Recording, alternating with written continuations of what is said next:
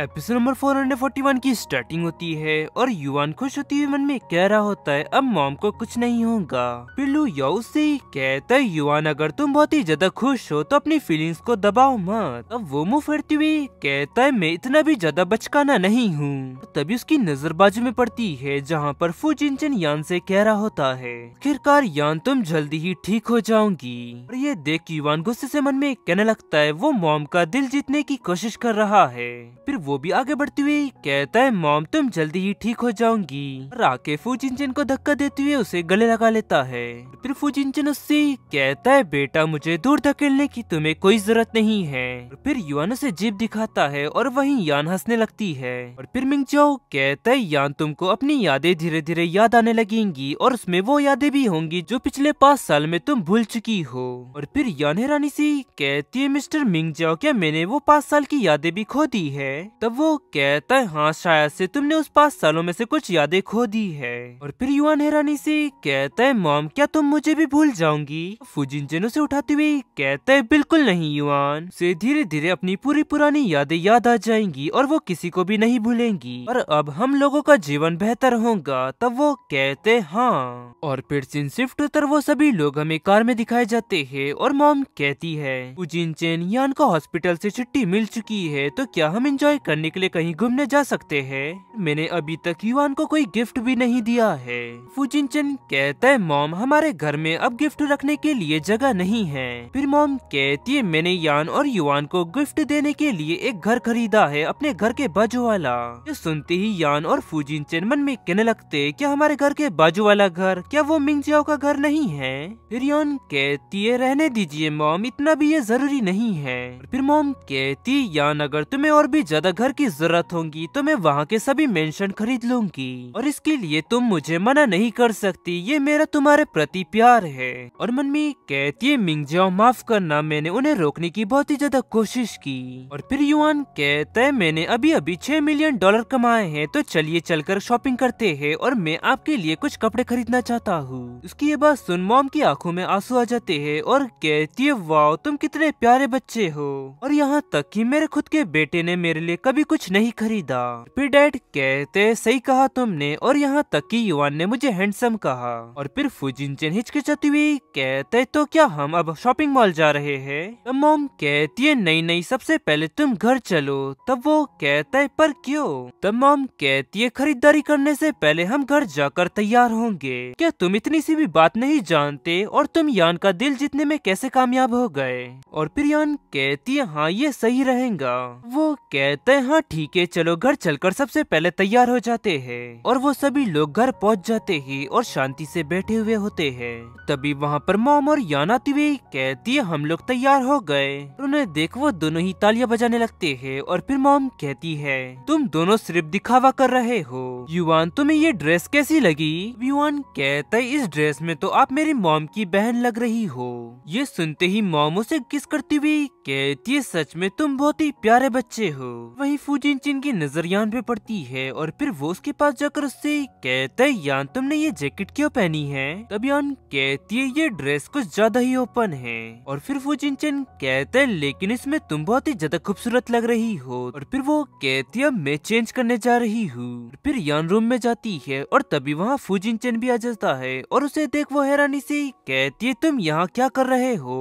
तब वो उसके क्लोज होती हुई कहता है वो मैंने तुम्हारी ड्रेस ध्यान से नहीं देखी। और फिर यान ब्लश करती हुई कहती ये सब बहुत ही ज्यादा एम्बैरेसिंग है। और फिर फू जिनचन उसकी जैकेट हटाती हुई कहता है यान चाहे तुम कुछ भी पहनो तुम उसमें खूबसूरत ही लगोगी। यान तुम इस ड्रेस में बहुत ही खूबसूरत लग रही हो। और फिर वो कहती है फू जिनचन तुम मुझे इस तरह घूरना बंद करो। फिर वो मन में कहने लगती है मॉम की चॉइस बहुत ही बढ़िया है और ये ड्रेस बिल्कुल मुझ पर फिट बैठ रही है। और फिर फू जिनचन कहता है यान तुम बिल्कुल वैसे ही लग रही हो जब मैं तुमसे पहली बार मिला था। और फिर वो उसे किस करने लगता है और यान मुझे ये चाहिए। तब वो कहती है नहीं युआन और मॉम बाहर साइड है। लेकिन जब मैं अंदर आया तो मॉम ने मुझे अंदर आते हुए देख लिया है और इस वक्त बाहर साइड कोई नहीं है। फिर फूजिनचेन उस रूम की लाइट बंद कर देता है और उससे कहता है यान क्या मेरे लाइट बंद करने के बाद तुम ज्यादा रिलैक्स महसूस कर रही हो। और फिर यान कहती है फूजिनचेन तुम इस ड्रेस को मत फाड़ो। तब वो कहता है मैं तुम्हारे लिए नई ड्रेस खरीदूंगा। वो कहती है और मॉम और बाकी लोगों का क्या। वो कहता है यान तुम्हें इस मूवमेंट पर फोकस करना चाहिए, नहीं तो तुम मुझे इस तरह तो नाराज कर दोगी। वो कहती है हाँ ठीक है। और वहीं बाहर साइड मॉम कह रही होती है युआन चलो हम शॉपिंग करने चलते हैं। फिर युआन कहते है मॉम कहाँ है, क्या वो हमारे साथ नहीं आ रही है। अब मॉम कहती है युआन तुम्हारी मॉम की ड्रेस की जिपर फंस चुकी है और वहीं तुम्हारे डैड उसकी मदद कर रहे हैं, और चलो हम पहले वहाँ पर क्यों नहीं चलते, मुझसे तो अब रहा नहीं जा रहा। तब वो कहता है हाँ ठीक है चलो। फिर वो जाकर कार में बैठ जाते हैं और मॉम मन में कहने लगती है फूजिनचेन मैंने तुम्हारी पूरी मदद करने की कोशिश करी और अब मुझे उम्मीद है कि तुम जल्दी ही मुझे एक और पोता दोगे, और वैसे जितने ज्यादा हो उतना बढ़िया।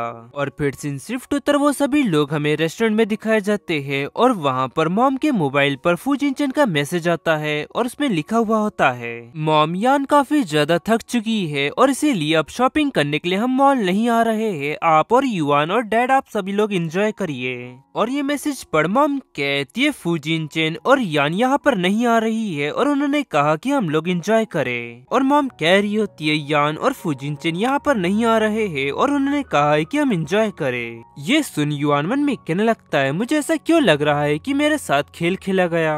फूजिनचेन ने दोबारा मॉम को मुझसे दूर ले गया।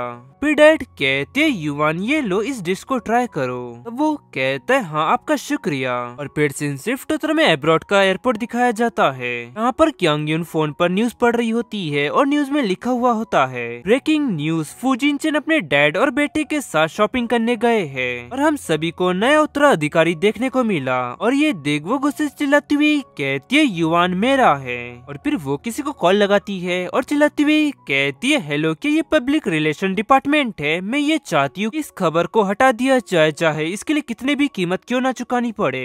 वो व्यक्ति कहता है ओके मैडम। तभी उसके पास एक लेडी आती है और क्यांग युन चिल्लाती हुई कहती है आखिरकार प्लेन कहाँ है और अभी तक तुमने प्लेन रेडी क्यों नहीं करवाया। लेडी कहती है मैडम आपके कहे अनुसार हमने प्लेन रेडी करवा दिया है।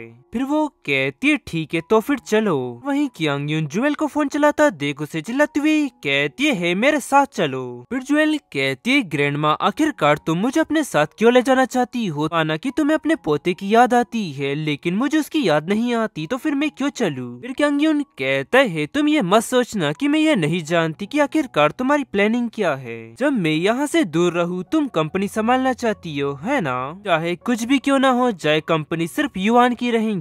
ये सुन जुएल गुस्से से मन में कहने लगती है चलो देखते हैं कि युआन वो दिन देख पाता है या नहीं। और फिर सीन शिफ्ट उत्तरा में फूजिनचेन का घर दिखाया जाता है और वो सभी लोग घर पहुंच जाते हैं और युआन हैरानी से कहता है मॉम आज दोपहर को तुमने क्या किया।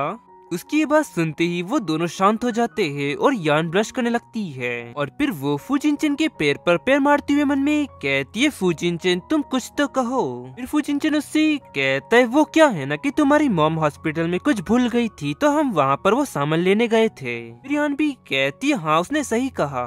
तब युआन कहता है क्या सच में, तो फिर मॉम तुम इतनी ब्लश क्यों कर रही हो। तब वो हिचकिचाती हुई कहती है क्योंकि अभी मैं बहुत ही ज्यादा हॉट हूँ। वो कहता है क्या, और फिर फूजिनचेन कहता है ऐसा लगता है कि तुम्हारी मॉम को जल्दी ही गर्मी लग जाती है। फिर वो कहता है मुझे ऐसा लगता है कि तुम दोनों जरूर मुझसे कुछ छुपा रहे हो। फूजिनचेन कहता है बिल्कुल नहीं, हम तुमसे कुछ नहीं छुपा रहे हैं और ये लो क्या तुम इसे आजमाना चाहोगे। और यान कहती है हाँ युआन इसकी खुशबू बहुत ही अच्छी है, तुम इसे ट्राई करो। फिर युआन मुंह फेरती हुई कहता है मैं उस व्यक्ति के द्वारा बनाया गया कोई भी चीज नहीं खाऊंगा जिसने मेरी मॉम मुझसे छीन ली। फूजिनचेन कहता है युआन तुम्हारी मॉम 5 साल से तुम्हारे साथ थी, क्या अब मैं उसके साथ कुछ समय नहीं बिता सकता। वो कहता है इस बात का तो कोई मतलब नहीं हुआ। फिर युआन कहती है युआन तुम ये नहीं चाहते ना कि मेरे साथ कोई हो, है ना। वही युआन मन में कहने लगता है उन सभी को एक पॉइंट मिल गया, लेकिन मुझे पूरा यकीन है कि कुछ गड़बड़ है। और फिर युआन कहता है ठीक है मॉम मैं आपकी बात मान लेता हूँ। वो दोनों ही ब्लश करते हुए मन में कहने लगते, आखिरकार हमने उसे मना ही लिया। और यान हैरानी सी कहती, तो क्या युआन तुम्हारे डैड ने जो खाना बनाया क्या हम वो खा सकते हैं? वो कहता है हाँ। और फिर फूजिनचन कहते, चलो खाना खाना शुरू करते हैं। तब वो कहती है हाँ, और ये खाना काफी बढ़िया लग रहा है। और फिर यान चेस करती हुई कहती है, मुझे मेरी याददाश्त वापस मिल गई। और तभी अचानक उन तीनों के मोबाइल पर एक मैसेज आता है और उसमें लिखा हुआ होता है, यांगयुन प्लेन में बैठकर अब्रॉड से रवाना हो चुकी है। फिर फूजिनचन कहता है कि यांगयुन जल्दी हमारे तक पहुंच जाएंगी। अब युआन कहता है, तो फिर हमें क्या करना चाहिए? वो कहता है, क्योंकि वो यहाँ पर आ रही है तो हम विदेश जा सकते हैं। ये सुनते ही वो दोनों हैरान हो जाते हैं। और फिर युआन आगे कहता है, आप भाग रहे हैं? तब वो कहता है, नहीं बिल्कुल नहीं, हम तो बस छुट्टियों के लिए जा रहे हैं। और फिर सीन शिफ्ट होकर वो सभी लोग हमें शिप पर दिखाए जाते हैं। और यान कह रही होती है, वाव यहाँ का नजारा कितना खूबसूरत है। और फिर उस शिप पर अनाउंसमेंट होती है, उसमें यह बताया जाता है कि उसमें क्या क्या फैसिलिटीज है, बस यही वगैरह वगैरह। वहीं यान हैरानी से कहती है, फूजिनचन क्या हम ओशन मिरेकल पर है? तब वो कहता है, हाँ तुमने सही कहा मेरी होशियार लड़की। और फिर यान कहती है, ये क्रूज तो नॉर्थ अमेरिका और यूरोप पर फोकस करती है ना, तो ये हमारी कंट्री कैसे आई थी? पीछे खड़ी लड़की उससे कहती है, मैडम आप ये नहीं जानती होंगी, हमारी इस बोट को 5 साल पहले फू ग्रुप के सीईओ ने खरीद लिया था, वो भी अपनी वाइफ को गिफ्ट करने के लिए। और आज पहली बार ये शिप कहीं रवाना हुई है। ये सुन यान हैरानी सी कहती है, क्या उसकी पत्नी के लिए गिफ्ट? और फिर फूजिनचन कहते हैं, और ये देखकर मैं बहुत ही ज्यादा खुश हूँ कि इस वक्त वो इस नाव पर है। उसकी ये सब बातें सुनी यान ब्लश करते हुए मन में कहती है, तो क्या उस वक्त जब मैं 5 साल गायब थी तो तब क्या उसने ये बोट खरीदी? और फिर वो लड़की कहती है, मैडम और अगर आपको किसी भी चीज की जरूरत होगी तो आप मुझे कह सकती है। और मैडम चलिए मेरे साथ, मैं आपको टॉप फ्लोर पर आपका रूम दिखाती हूँ। और फिर वो कहती है, इस तरफ आइए। वही फूजिनचन की नजर यान पे पड़ती है और वो उससे कहता है, क्या हुआ यान? तब यान कहती है, 5 साल पहले येन ग्रुप का वो टूरिज्म बिजनेस एकदम नया नया था और अब ये काफी ज्यादा बड़ा हो चुका है और सभी शेयर होल्डर्स को अच्छी खासी रकम मिली है। तब वो कहते, तो क्या तुम इसी बारे में सोच रही थी? क्या तुम इस बारे में नहीं सोच रही कि तुम किस तरह मुझे भुगतान करोगी? और तभी यान उसके गालों पर किस कर देती है। और फिर वो कहता है, यान। फिर वो आगे बढ़ती हुई कहती है, चलो युआन काफी आगे निकल चुका है। तभी फूजिनचन उसे अपने पास खींचती हुई कहते, तुमने सबके सामने मुझे किस किया, तुम बहुत ही ज्यादा शरारती हो चुकी हो। क्या आज रात तुम फिर से ऐसा दोबारा कर सकती हो? तब वो कहती है, चुप हो जाओ फूजिनचन। और तभी युआन आवाज देती हुई कहता है, आखिरकार आप लोग वहाँ पर क्या कर रहे हैं, चलो भी। युआन कहती है, चलो फूजिनचन, युआन यहाँ पर आ जाएगा। तब वो कहता है, आज रात? वो कहती है, हाँ ठीक है, मैं तुम्हारे साथ रहूंगी, ठीक है। वो आगे बढ़ती हुई कहता है, बढ़िया। और युआन हम आ रहे हैं। और वो लड़की कह रही होती है, सर ये रहा आपका रूम। और यान वो सब देखे रानी से कहती है, क्या ये ऊपरी मंजिल पूरी हमारे लिए तैयार की है? तब फूजिनचन कहता है, हाँ। और क्या तुम अपना रूम देखना चाहोगे युआन? वो कहता है, हाँ चलो। और तभी युआन की नजर ऊपर साइड पड़ती है और वो चमचमाती आंखों से चिल्लाती हुई कहता है, वो पेड़ पे बना केबिन बहुत ही बढ़िया लग रहा है, मैं वहाँ पर जाना चाहता हूँ। और फिर यान हैरानी सी कहती है, क्या इस क्रूज को कंपनी द्वारा डिजाइन किया गया है? सच में ये काफी ज्यादा बढ़िया है। फिर फूजिनचन कहता है, हाँ मैंने इसे पूरा खुद ही डिजाइन किया है और जब तुम प्रेग्नेंट थी तो मैं इसी बारे में सोच रहा था। और फिर युआन ब्लश करती हुई कहता है, आखिरकार आपने कुछ बढ़िया काम किया। कि ये बात सुन यान हंसती हुई कहती है, ये बहुत ही बढ़िया शब्द था जो मैंने युआन के मुंह से सुना। फिर फूजिनचन कहता है, तुम वहाँ जा सकती हो। तब वो कहती है, क्या सच में? तो फिर मुझे जाने दो। फिर वो भी वहाँ ऊपर चढ़ती है और वो तुझे देखे रानी सी कहती है, क्या हुआ युआन? तब वो कहता है, क्या तुम्हें वो व्यक्ति पसंद है मॉम? तब वो कहती है, क्यों युआन, क्या तुम्हें वो पसंद नहीं है? वो कहता है, मॉम अगर आपको वो व्यक्ति पसंद होगा तो मैं भी उसे पसंद करने की कोशिश कर सकता हूँ। फिर वो हैरानी सी कहती है, पर ऐसा क्यों? तब वो कहता है, क्योंकि जब से वो आया है जब से तुम मुझे कम पसंद करने लगी हो और अब तो तुम हमेशा की तरह मेरे करीब भी नहीं रहती हो। तब वो कहती है, नहीं युआन ऐसी कोई बात नहीं है, मैं सबसे ज्यादा प्यार तुमसे ही करती हूँ। तब वो कहता है क्या सच में मॉम? तब वो कहती हाँ बिल्कुल। फिर वो कहता है लेकिन अब ना ही तुम मुझे बिस्तर पर सुलाती हो और ना ही अब तुम मुझे कहानी सुनाती हो। और फिर वो कहती है युआन मैं तुमसे वादा करती हूँ कि आज रात में तुम्हारे साथ रहूंगी। तब वो कहता है क्या सच में? वो कहती है हाँ बिल्कुल, मैं तुमसे वादा करती हूँ हनी, मैं तुम्हारे साथ रहूंगी और तुम्हें कहानी भी सुनाऊंगी। ये सुन युआन खुश होती हुई कहता है मैं तुमसे बहुत ही ज्यादा प्यार करता हूँ मॉम। और वहीं उनकी ये सब बातें सुन फूजिनचेन गुस्से से मन में कहने लगता है यान मुझे तो तुम पर दया आती है और ये अच्छी कोशिश थी युआन। और फिर शिफ्ट उत्तरा में रात का समय दिखाया जाता है और यान कहती है युआन मैं आ रही हूँ। फिर युआन भी भागती हुई उसके पास आता है और तभी फूजिनचेन उसके साथ आते हुए कहता है युआन साथ में तुम्हारे डैड भी आए हैं और मैं भी तुम्हारे साथ रहूंगा हनी। उसे वहाँ देख वो गुस्से से मन में कहने लगता है तुम बहुत ही ज्यादा चालाक लोमड़ी हो। और फिर सीन शिफ्ट उत्तर में नेक्स्ट डे की मॉर्निंग दिखाई जाती है और यान अंगड़ाई लेती हुई कहती है सुबह की हवा सच में बहुत ही अच्छी होती है फूजिनचेन, कल से हम रोज सुबह जल्दी उठेंगे और साथ में एक्सरसाइज करेंगे। वो कहता है यान तुम बहुत ही लंबे समय बाद इतनी सुबह उठी हो। फिर यान कहती है वैसे मुझे ऐसा लग रहा था जैसे कि पहले जो कुछ भी हुआ उसके बारे में मैं सपना देख रही थी। फूजिनचेन हैरानी से कहता है क्या उस एंटीडोट का असर इतनी जल्दी हुआ और वैसे तुमने क्या सपना देखा? और फूजिनचेन हैरानी से कहता है वैसे यान तुमने क्या सपना देखा? तब वो कहती है मैंने एक व्यक्ति को देखा जो कि थोड़ा बूढ़ा था, उसने मुझे धीरे से छुआ और मुझे देखकर वो मुस्कुराया और मुझे लगता है कि वो मेरे डैड होना चाहिए। इस पर फूजिनचेन उसे कुछ नहीं कहता और यान उसे इस तरह देख उससे कहती है फूजिनचेन तुम्हारी ये एक्सप्रेशन क्या हुआ, क्या कुछ गड़बड़ है? तब वो कहता है यान मैं तुम्हारे ठीक होने के बाद ये बात तुमको बताना चाहता था लेकिन हालांकि तुम्हारी याददाश्त अब धीरे धीरे वापस आ रही है तो मुझे लगता है कि ये बात करने का अब ये सही समय है। तब वो हैरानी से कहती है क्या बात है? फिर वो कहता है जब तुम लापता हो गई थी तो जिंगयाओ ने जाने अनजाने में तुम्हारे डैड को इस बारे में बता दिया और तुम्हारे डैड को इतनी ज्यादा चिंता हो गई कि वो वहीं बेहोश होकर नीचे गिर पड़े। तो आगे कहती है और फिर उसके बाद क्या हुआ, अब मेरे डैड कैसे है? वो कहता है अब वो जाग चुके हैं लेकिन उनकी सेहत अभी थोड़ी खराब रहती है तो इसीलिए वो दिन भर सोए रहते हैं। ये सुन यान घबराती हुई कहती है फूजिनचेन क्या हम वापस जा सकते हैं, मैं अपने डैड को देखना चाहती हूँ। फिर फूजिनचेन कहता है शांत हो जाओ यान, मैंने सोचा कि अगर वो बाहर जाएंगे तो थोड़ा बेहतर महसूस करेंगे और इसीलिए मैं उनको यहाँ क्रूज पर लेकर आया हूँ और अब चलो मैं तुमको उनसे मिलवाता हूँ। तब वो कहती है हाँ ठीक है। फिर वो दोनों वहाँ पहुँचते हैं और फूजिनचेन हैरानी से कहते है क्या वो जाग रहे हैं? तब वो नर्स कहती है हाँ मैंने अभी थोड़ी देर पहले उनका चेकअप किया और वो जाग रहे हैं। और फिर यान कहती है डैड और उसकी आवाज सुन डैड चौंकते हैं और पीछे घूमते हुए कहते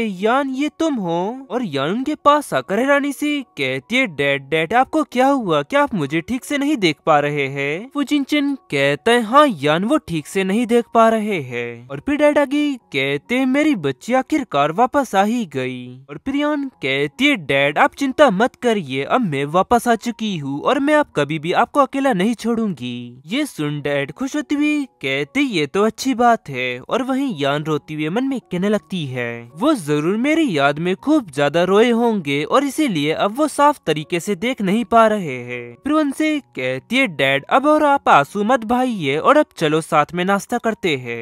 तब वो कहते हैं हाँ ठीक है। और फिर सीन शिफ्ट उत्तर वहीं दूसरी तरफ हमें एयरपोर्ट का सीन दिखाया जाता है जहाँ पर वो व्यक्ति यांग यूंग को देख मन में कहता है अच्छा तो वो यहाँ पर है। और तभी उसका व्यक्ति धीरे से उससे कहता है और क्या उस बुढ़िया की बगल वाली लड़की आपकी क्रश है क्या? तब वो कहता है मेरे क्रश के मुकाबले वो जुएल कुछ भी नहीं है। और फिर क्यांग यून ये कॉन्ग के पास आती है और उससे कहती है तो क्या तुम वही व्यक्ति हो जिसने मुझे ब्रूसी ने रिकमेंड किया है और मैंने सुना है कि तुम काफी ज्यादा प्रभावशाली हो। ये कॉन्ग कहता है मैं इतना भी ज्यादा प्रभावशाली नहीं हूँ, मैं तो बस छोटा मोटा बिजनेस करता हूँ मिस क्यांग यून। और मिस इस तरफ चलिए कार आपके लिए तैयार है। और ये कॉन्ग कह रहा होता है मिस इस तरफ चलिए आपके लिए कार तलवार तैयार है। तभी क्यांग उससे कहती है 1 मिनट रुको, मैं यहाँ किसी को ढूंढने आई हूँ और उसको ढूंढने में मुझे तुम्हारी मदद चाहिए। ये बात जानती हूँ कि वो किसके साथ है और वो इस समय क्या कर रही है। और ये कहते हुए वो उसको उसकी फोटो दिखाती है।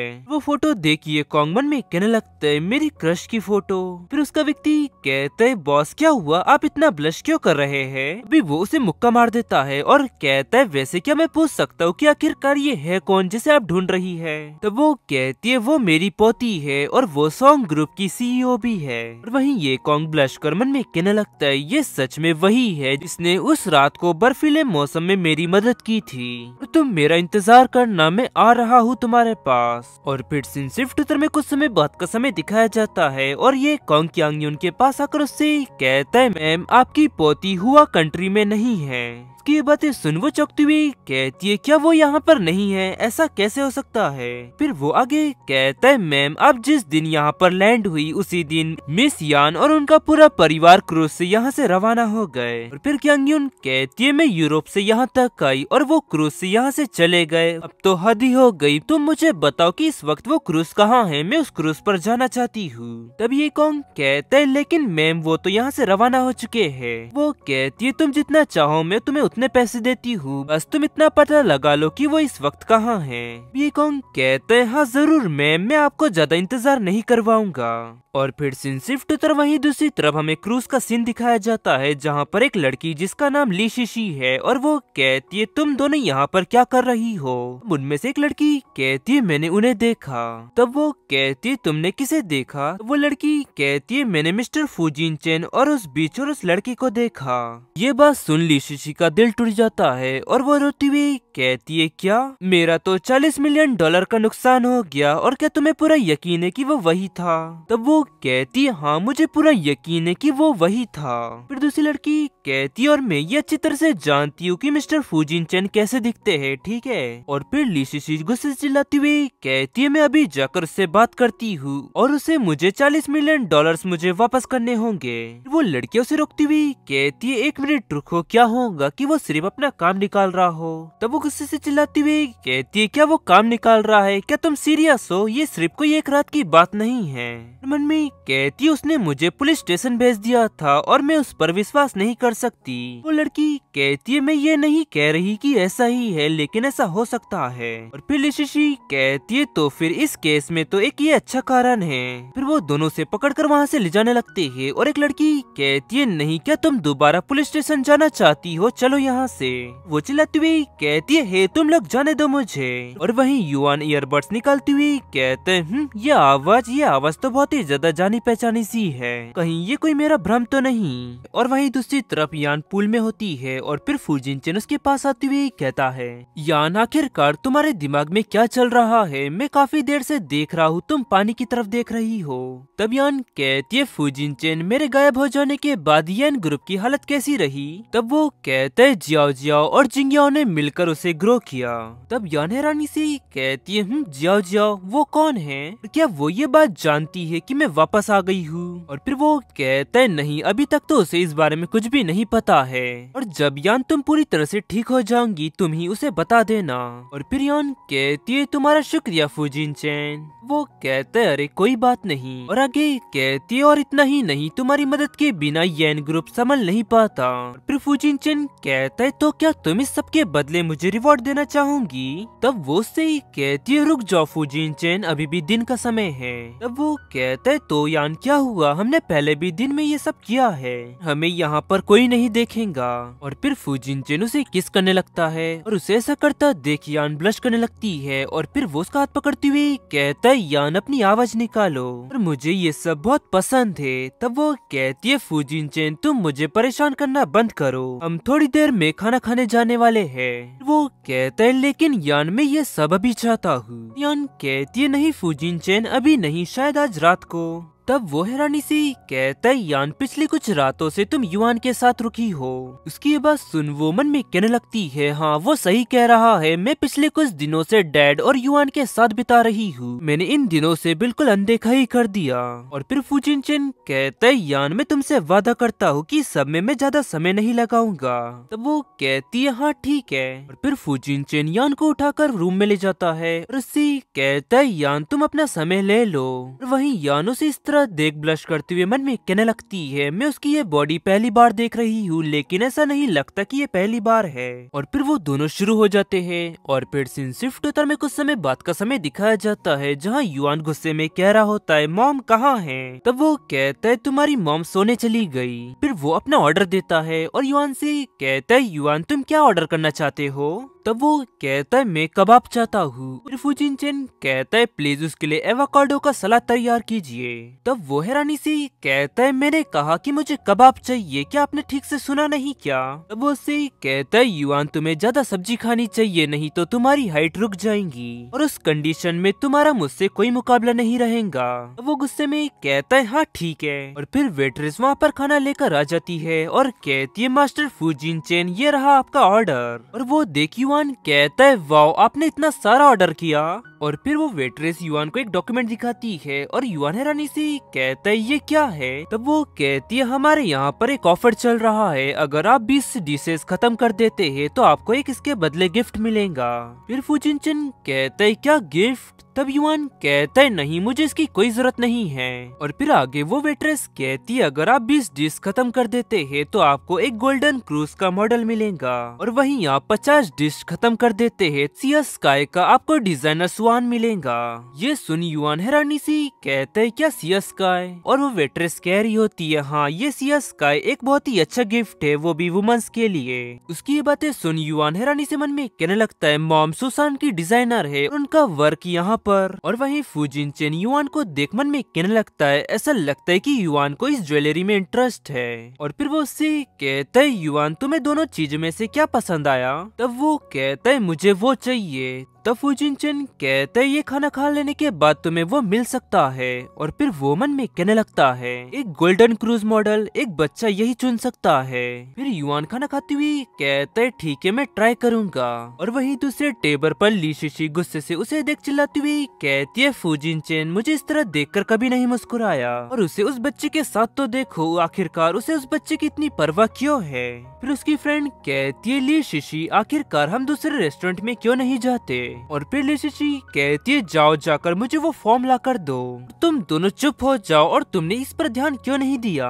फिर उनमें से एक लड़की कहती है ली शिशी देखो फुजिनचेन जा रहा है, वो कहती है उस बच्चे को सबक सिखाने का एक अच्छा मौका है। फिर वो वेट्रेस युआन के पास जाती है और उससे कहती है मिस्टर युआन मिस यान समुद्री स्लाइड पर आपका इंतजार कर रही है और शायद वो आपको कोई सरप्राइज देना चाहती है। और उसकी बातें सुन युआन मन में कहने लगता है क्या मॉम मेरा इंतजार कर रही है और वो मुझे सरप्राइज देना चाहती है। और वहीं टेबल के नीचे ली शिशी की फ्रेंड उसे खींचती हुई कहती है अपना सिर नीचे रखो। और आवाज सुन युआन उस तरफ देखने लगता है और फिर उसकी फ्रेंड उससे कहती है क्या युआन ने तुम्हें देखा।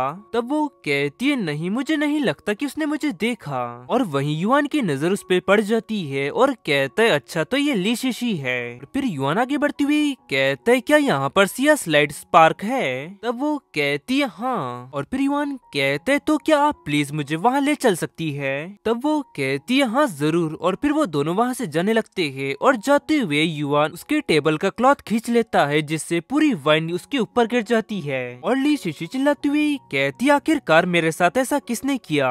वहीं उसके सामने युआन खड़ा होता है और उससे कहता है क्या ही संयोग है, और मुझे इसकी बिल्कुल उम्मीद नहीं थी कि मैं तुम्हें यहाँ देखूंगा, और आखिरकार तुम किसके हस्बैंड को किस करने जा रही हो। तब वो उससे कहती है बेटा आखिरकार तुम ये क्या बकवास कर रहे हो, मेरा नाम ली शिशी है।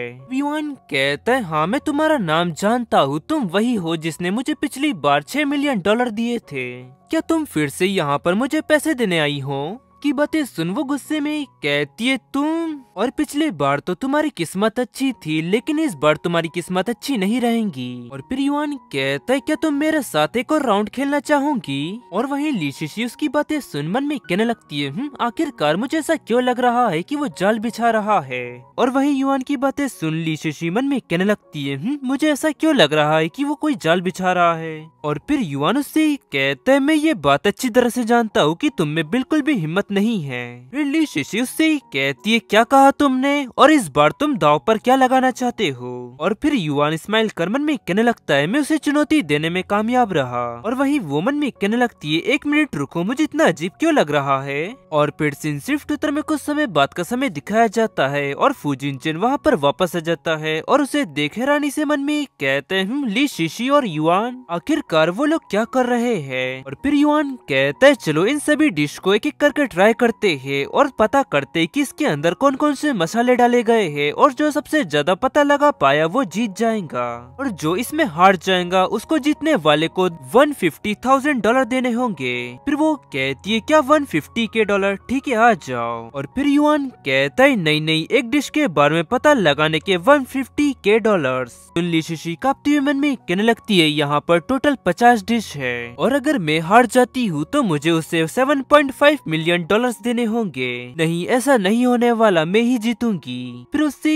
कहती है ठीक है तो फिर डील रही। और वही फूजिनचेन उनकी ये सब बातें सुन मन में कहने लगता है ये तो बस यहाँ से 5 मिनट के लिए गया था और आखिरकार यहाँ पर ये सब क्या चल रहा है। और फिर ली शिशी उससे कहते क्या तुम्हारे पास पैसे है भी, अगर तुम हार जाते हो तो तुम मुझे पैसे कैसे दोगे? तब युआन उसे कार्ड दिखाते हुए कहता है इस कार्ड के अंदर $6 मिलियन है। और फिर वो चिल्लाती हुई कहती है वो मेरे पैसे है, और वैसे भी तुम्हारे पास सिर्फ $6 मिलियन है, और तुम अगर हार जाते हो तो तुम्हें $7.5 मिलियन देने होंगे। फिर फूजिनचेन उसे ब्लैक कार्ड दिखाती हुई कहता है तुम टेंशन मत लो, मेरे पास भी VIP कार्ड है, और इस कार्ड के अंदर जितने पैसे हारने पर देने हैं उससे कहीं ज्यादा होंगे। और ली शिशी उसे वहाँ देख कांपती हुई मन में कहने लगती है तुम इस सबसे दूर रहो, तुम इस तरह मुझे धमका नहीं सकते।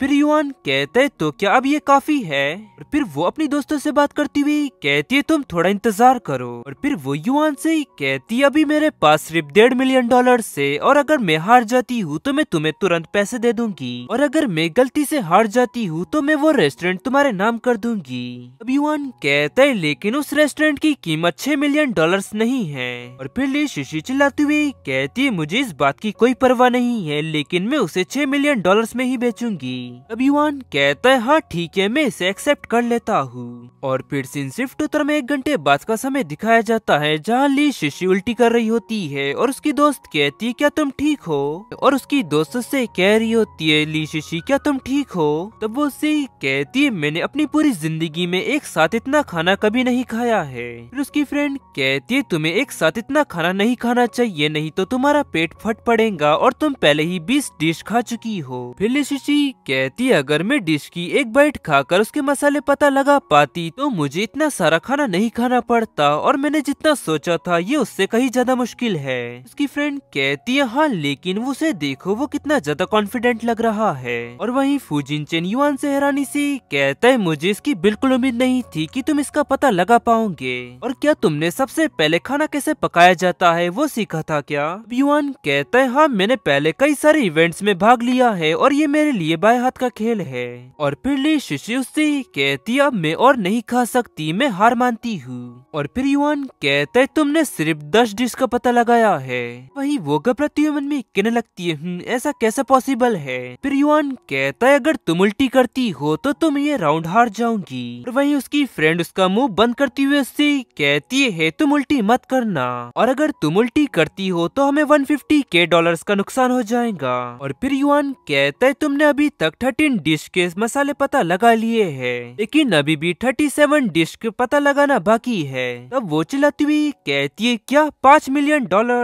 तब वो कहती है हाँ ठीक है, तो फिर मैं तुम्हें कम कीमत में वो रेस्टोरेंट दे दूंगी। फिर युआन कहता है लेकिन मैंने तुमसे पहले ही कहा था कि वो रेस्टोरेंट $6 मिलियन का नहीं है। तब ली शिशी कहती है मुझे इसकी कोई परवाह नहीं है, मेरे पास सिर्फ रेस्टोरेंट है, अगर तुम्हें चाहिए तो ठीक, नहीं तो मेरे पास कोई पैसा नहीं है, तुम बस साइन कर दो, मैं तुम्हें कम कीमत में वो रेस्टोरेंट दे दूंगी। तब युआन कहता है तो फिर ठीक है, मैं इसे एक्सेप्ट कर लेता हूँ क्योंकि तुम इतनी ज्यादा दयालु बन रही हो। तो और उसे इस तरह देख वो चिल्लाती हुई कहती है ये तुम्हारे किस तरह के एक्सप्रेशन है, मैं तुम्हें रेस्टोरेंट दे रही हूँ। तब युआन कहता है मुझे इसके बदले नगद पैसे चाहिए थे। फिर वो उसे टॉफी देता है और कहता है ठीक है तुम इस चॉकलेट को खा लो।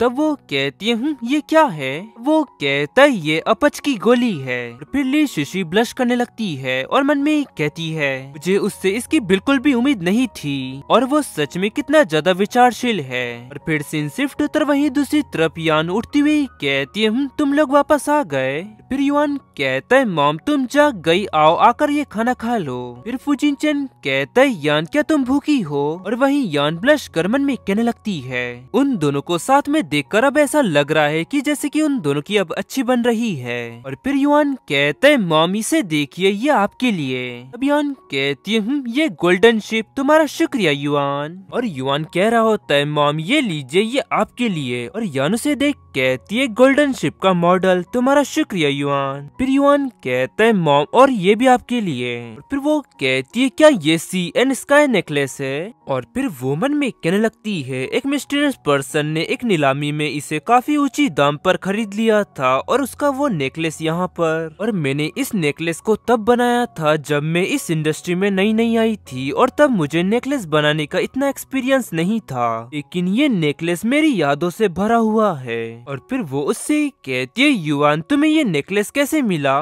तब वो कहते हैं मुझे ये नेकलेस रेस्टोरेंट की तरफ से मिला, वहाँ पर एक कंपटीशन था जिसमें तुमको 50 डिश खानी थी और मैं उसमें जीत गया।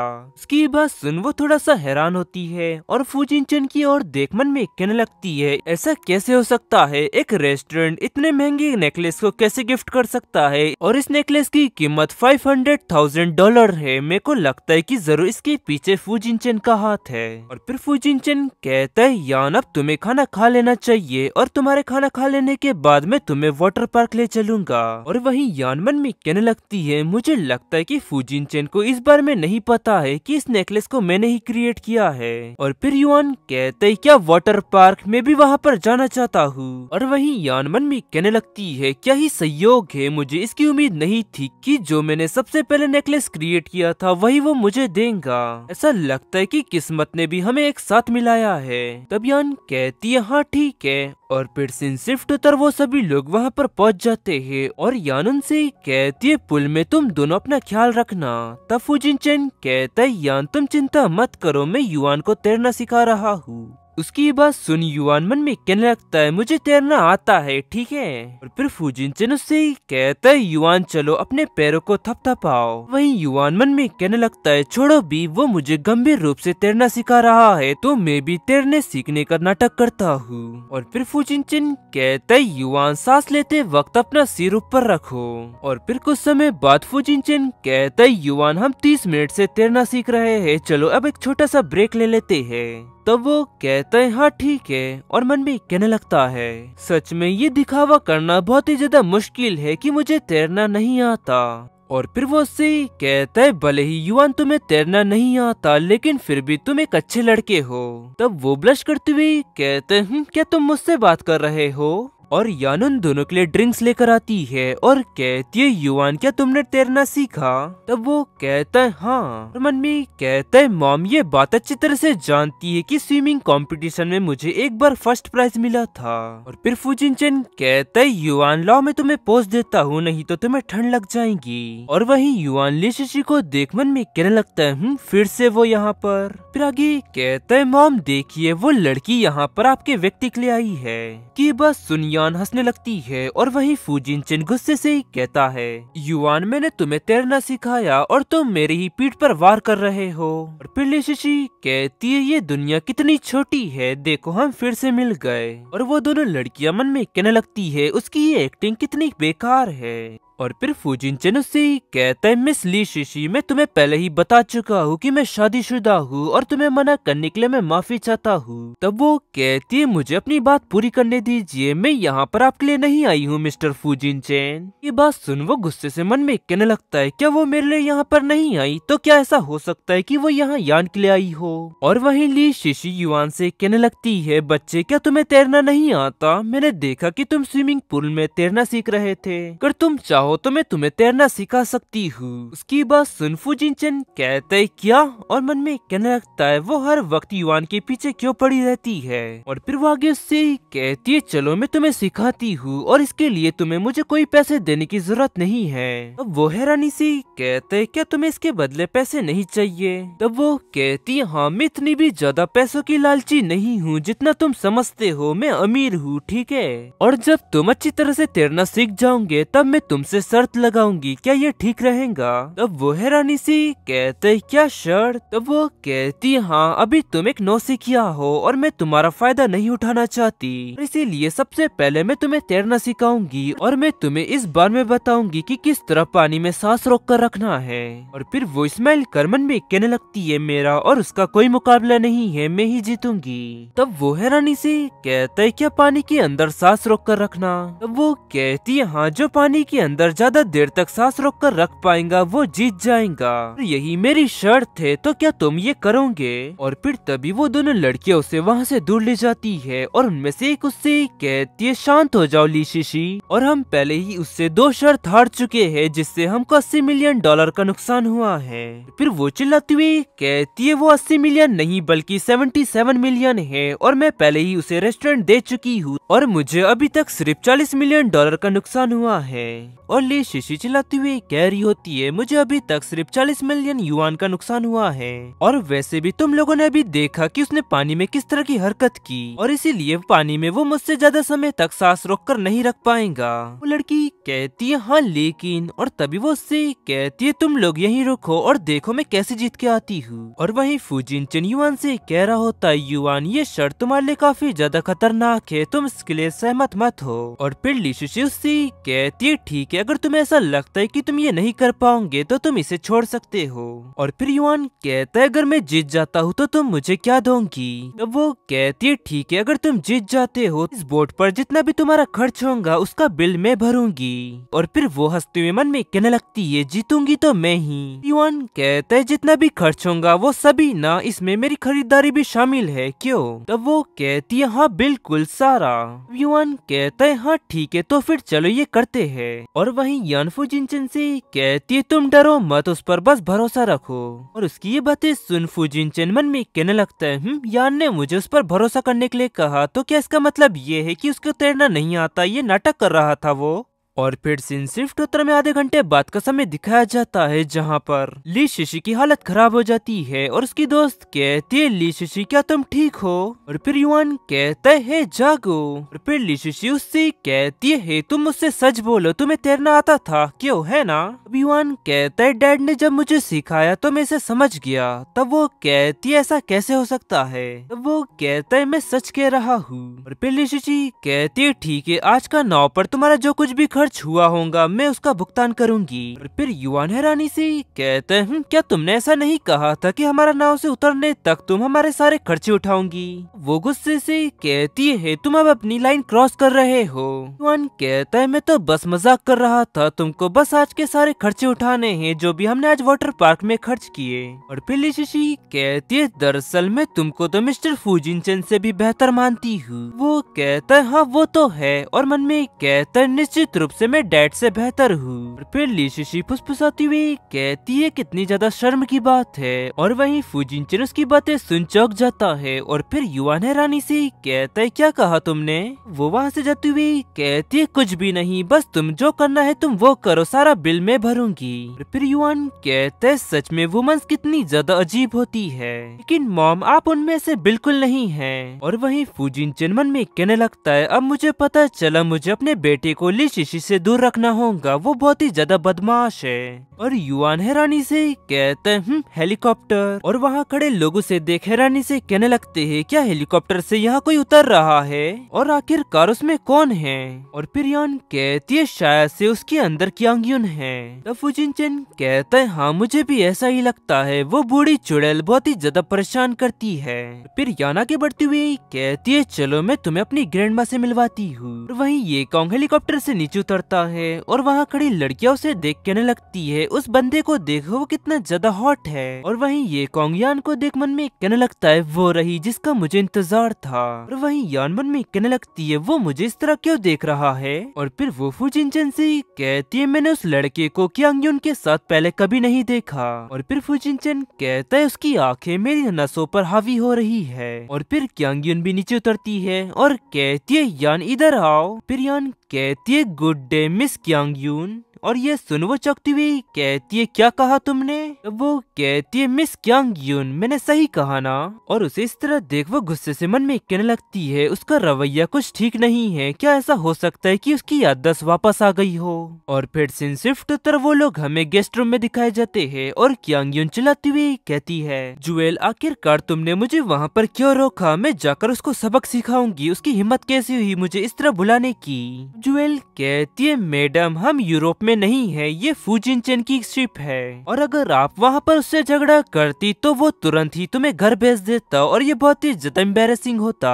अब जुएल कहती है उसमें इतनी हिम्मत नहीं है कि वो ऐसा करे। और फिर जुएल कहती है कि ऐसा हो सकता है कि तुमने उसे कुछ ज्यादा ही दे दिया हो इसलिए वो तुम्हें भी भूल चुकी हो। फिर क्यांग युन कहती है चुप रहो, इसके बारे में जिक्र मत करो। फिर ये कॉन्ग कहता है अब चिंता मत करिए मैंने कुछ भी नहीं सुना, अब आप थोड़ा आराम करिए मैं थोड़ा सा घूम कर आता हूँ। वो वहाँ से जाते हुए मन में कहते क्या आखिरकार उन्होंने मेरी वुमन के साथ क्या किया और आखिरकार उन लोगों ने उसे कौन सी दवा दी। और वहीं अंदर क्यांग युन जुएल से कहती आखिरकार तुम इतना क्यों इतरा रही हो। तब वो कहती है क्या मैं। और फिर क्यांग युन कहती है जुएल बेहतर होगा कि तुम अपने वो ख्यालों को भुला दो। और मन में कहती है यान की शक्ल देखकर तो मैं इतना कह सकती हूँ कि उसकी कुछ याददाश्त शायद वापस आ गई हो, लेकिन उसकी पूरी याददाश्त वापस आने का कोई रास्ता नहीं है। और क्या ऐसा हो सकता है कि फुजिनचेन ने यान को कुछ बताया हो।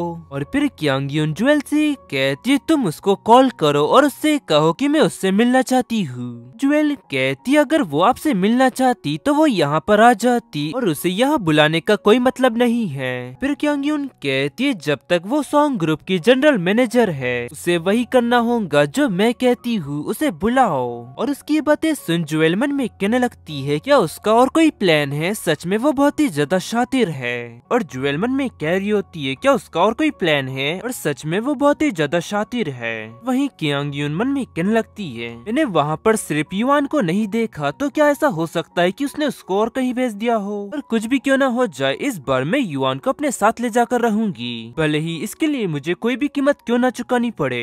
फिर सीन शिफ्ट होकर वहीं दूसरी तरफ यान हमें अपने रूम में दिखाई जाती है और जुएल यान को कॉल करती है। और फिर यान उससे कहती है ठीक है तो मैं टॉप फ्लोर पर तुमको 7 बजे मिलूंगी। फिर वो दोनों उसकी बातें सुन गुस्से से उसकी ओर देखने लगते हैं और खुद को इस तरह देखता देख यान से कहती है तुम दोनों तो मुझे डरा ही दिया और तुम लोग मुझे इस तरह क्यों देख रहे हो। और फिर फुजिनचेन कहता है यान तुम मेरे बिना वहाँ पर नहीं जाऊंगी। और फिर युआन भी कहता है हाँ मैं उनकी बात से सहमत हूँ। फिर यान कहती है नहीं नहीं तुम्हें मेरे साथ आने की कोई जरूरत नहीं है। और फिर वो दोनों गुस्से से एकदम से खड़े होते हैं और फिर वो यान के पास जाकर उससे रिक्वेस्ट करने लगते हैं। और फिर यान से कहती है ठीक है तुम लोग मेरे साथ चल सकते हो। ये सुन वो दोनों ही खुश हो जाते हैं और यान युआन को देख मन में कहती है मैं तुम्हें सुरक्षित रखूंगी युआन। और फिर सीन शिफ्ट होकर यान रेस्टोरेंट के टॉप फ्लोर पर पहुंच जाती है और क्यांग युन उसको आता देख उससे कहती है सचमुच तुम्हें देखना बहुत ही ज्यादा मुश्किल है और मुझे लगता है कि तुम ये बात भूल चुकी हो कि मैं तुम्हारी ग्रैंड माँ हूँ। और वहीं दूर से फुजिनचेन और युआन उन्हें चोरी छुपे देख रहे होते हैं। और फिर फुजिनचेन कहता है देखो युआन वो कितनी ज्यादा अहंकारी है, वो तुम्हारी मॉम को बैठने के लिए भी नहीं कह रही है। और फिर युआन कहता है हाँ वो इतनी कठोर तो जुएल के लिए भी नहीं थी।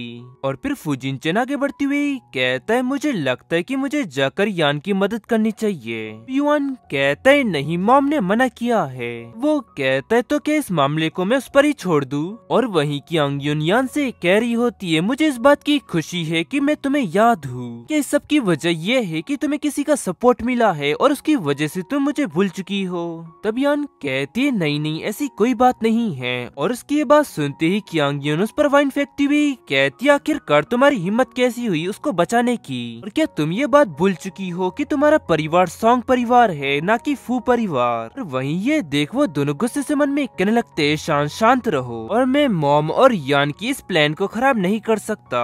और वहीं यान उससे कहती है ग्रैंडमा जब मैं पिछली बार हॉस्पिटल गई थी तब मेरी याददाश्त खराब हो गई और कभी कभी तो मैं ये भी भूल जाती हूँ कि युआन कौन है। ये सुन वो चिल्लाती हुई कहती है मैं कोई कल पैदा नहीं हुई हूँ और तुम्हें क्या लगता है कि मैं इस पर विश्वास करूंगी? और फिर यान कहती है मिस्टर सोंगजिया ने आपको ये बात बतानी चाहिए थी, क्या उन्होंने तुमको ये बात नहीं बताई? एपिसोड नंबर 457 की स्टार्टिंग होती है और यान की अंगयुन से कह रही होती है मिस्टर सोंगजिया को आपको ये बात बतानी चाहिए थी, क्या उन्होंने आपको ये बात नहीं बताई? ये सुन की अंगयुन मन में कहने लगती है ऐसा लगता है कि सोंगजिया ने मुझे ये बात बताई थी, तो क्या वो सच कह रही है? ये सब छोड़ो, सबसे इम्पोर्टेंट बात ये है कि उसने युआन को दूर ले गया।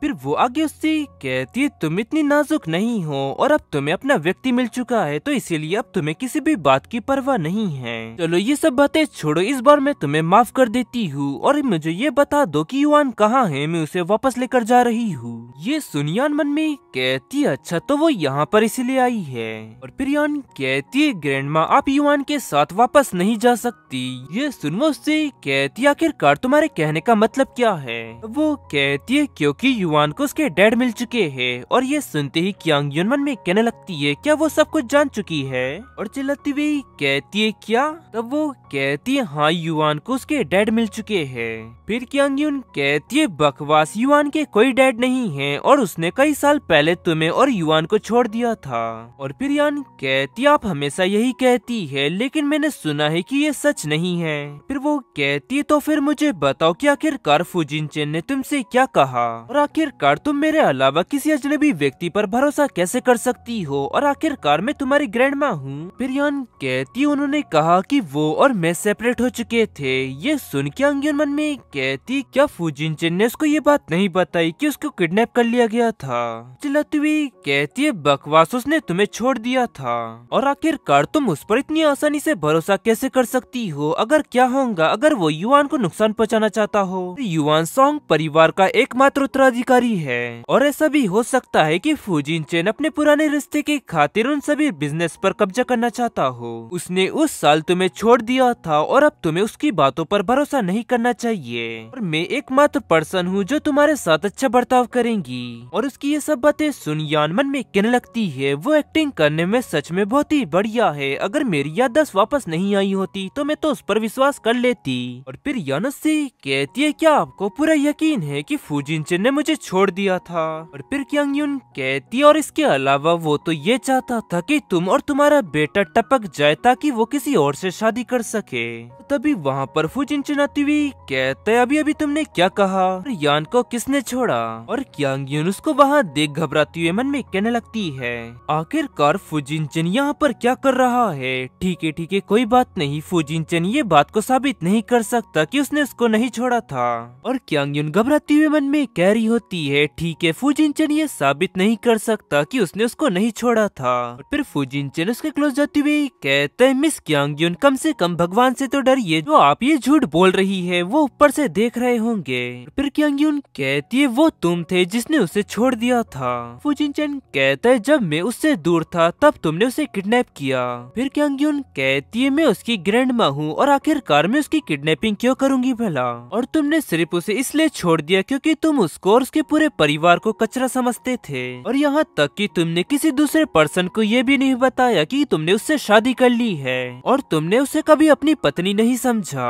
फिर फुजिनचेन कहता है आज नहीं तो कल मुझे इस बात का सबूत मिल ही जाएगा कि तुमने यान की किडनैपिंग करवाई थी और युआन हमेशा मेरा बेटा रहेगा।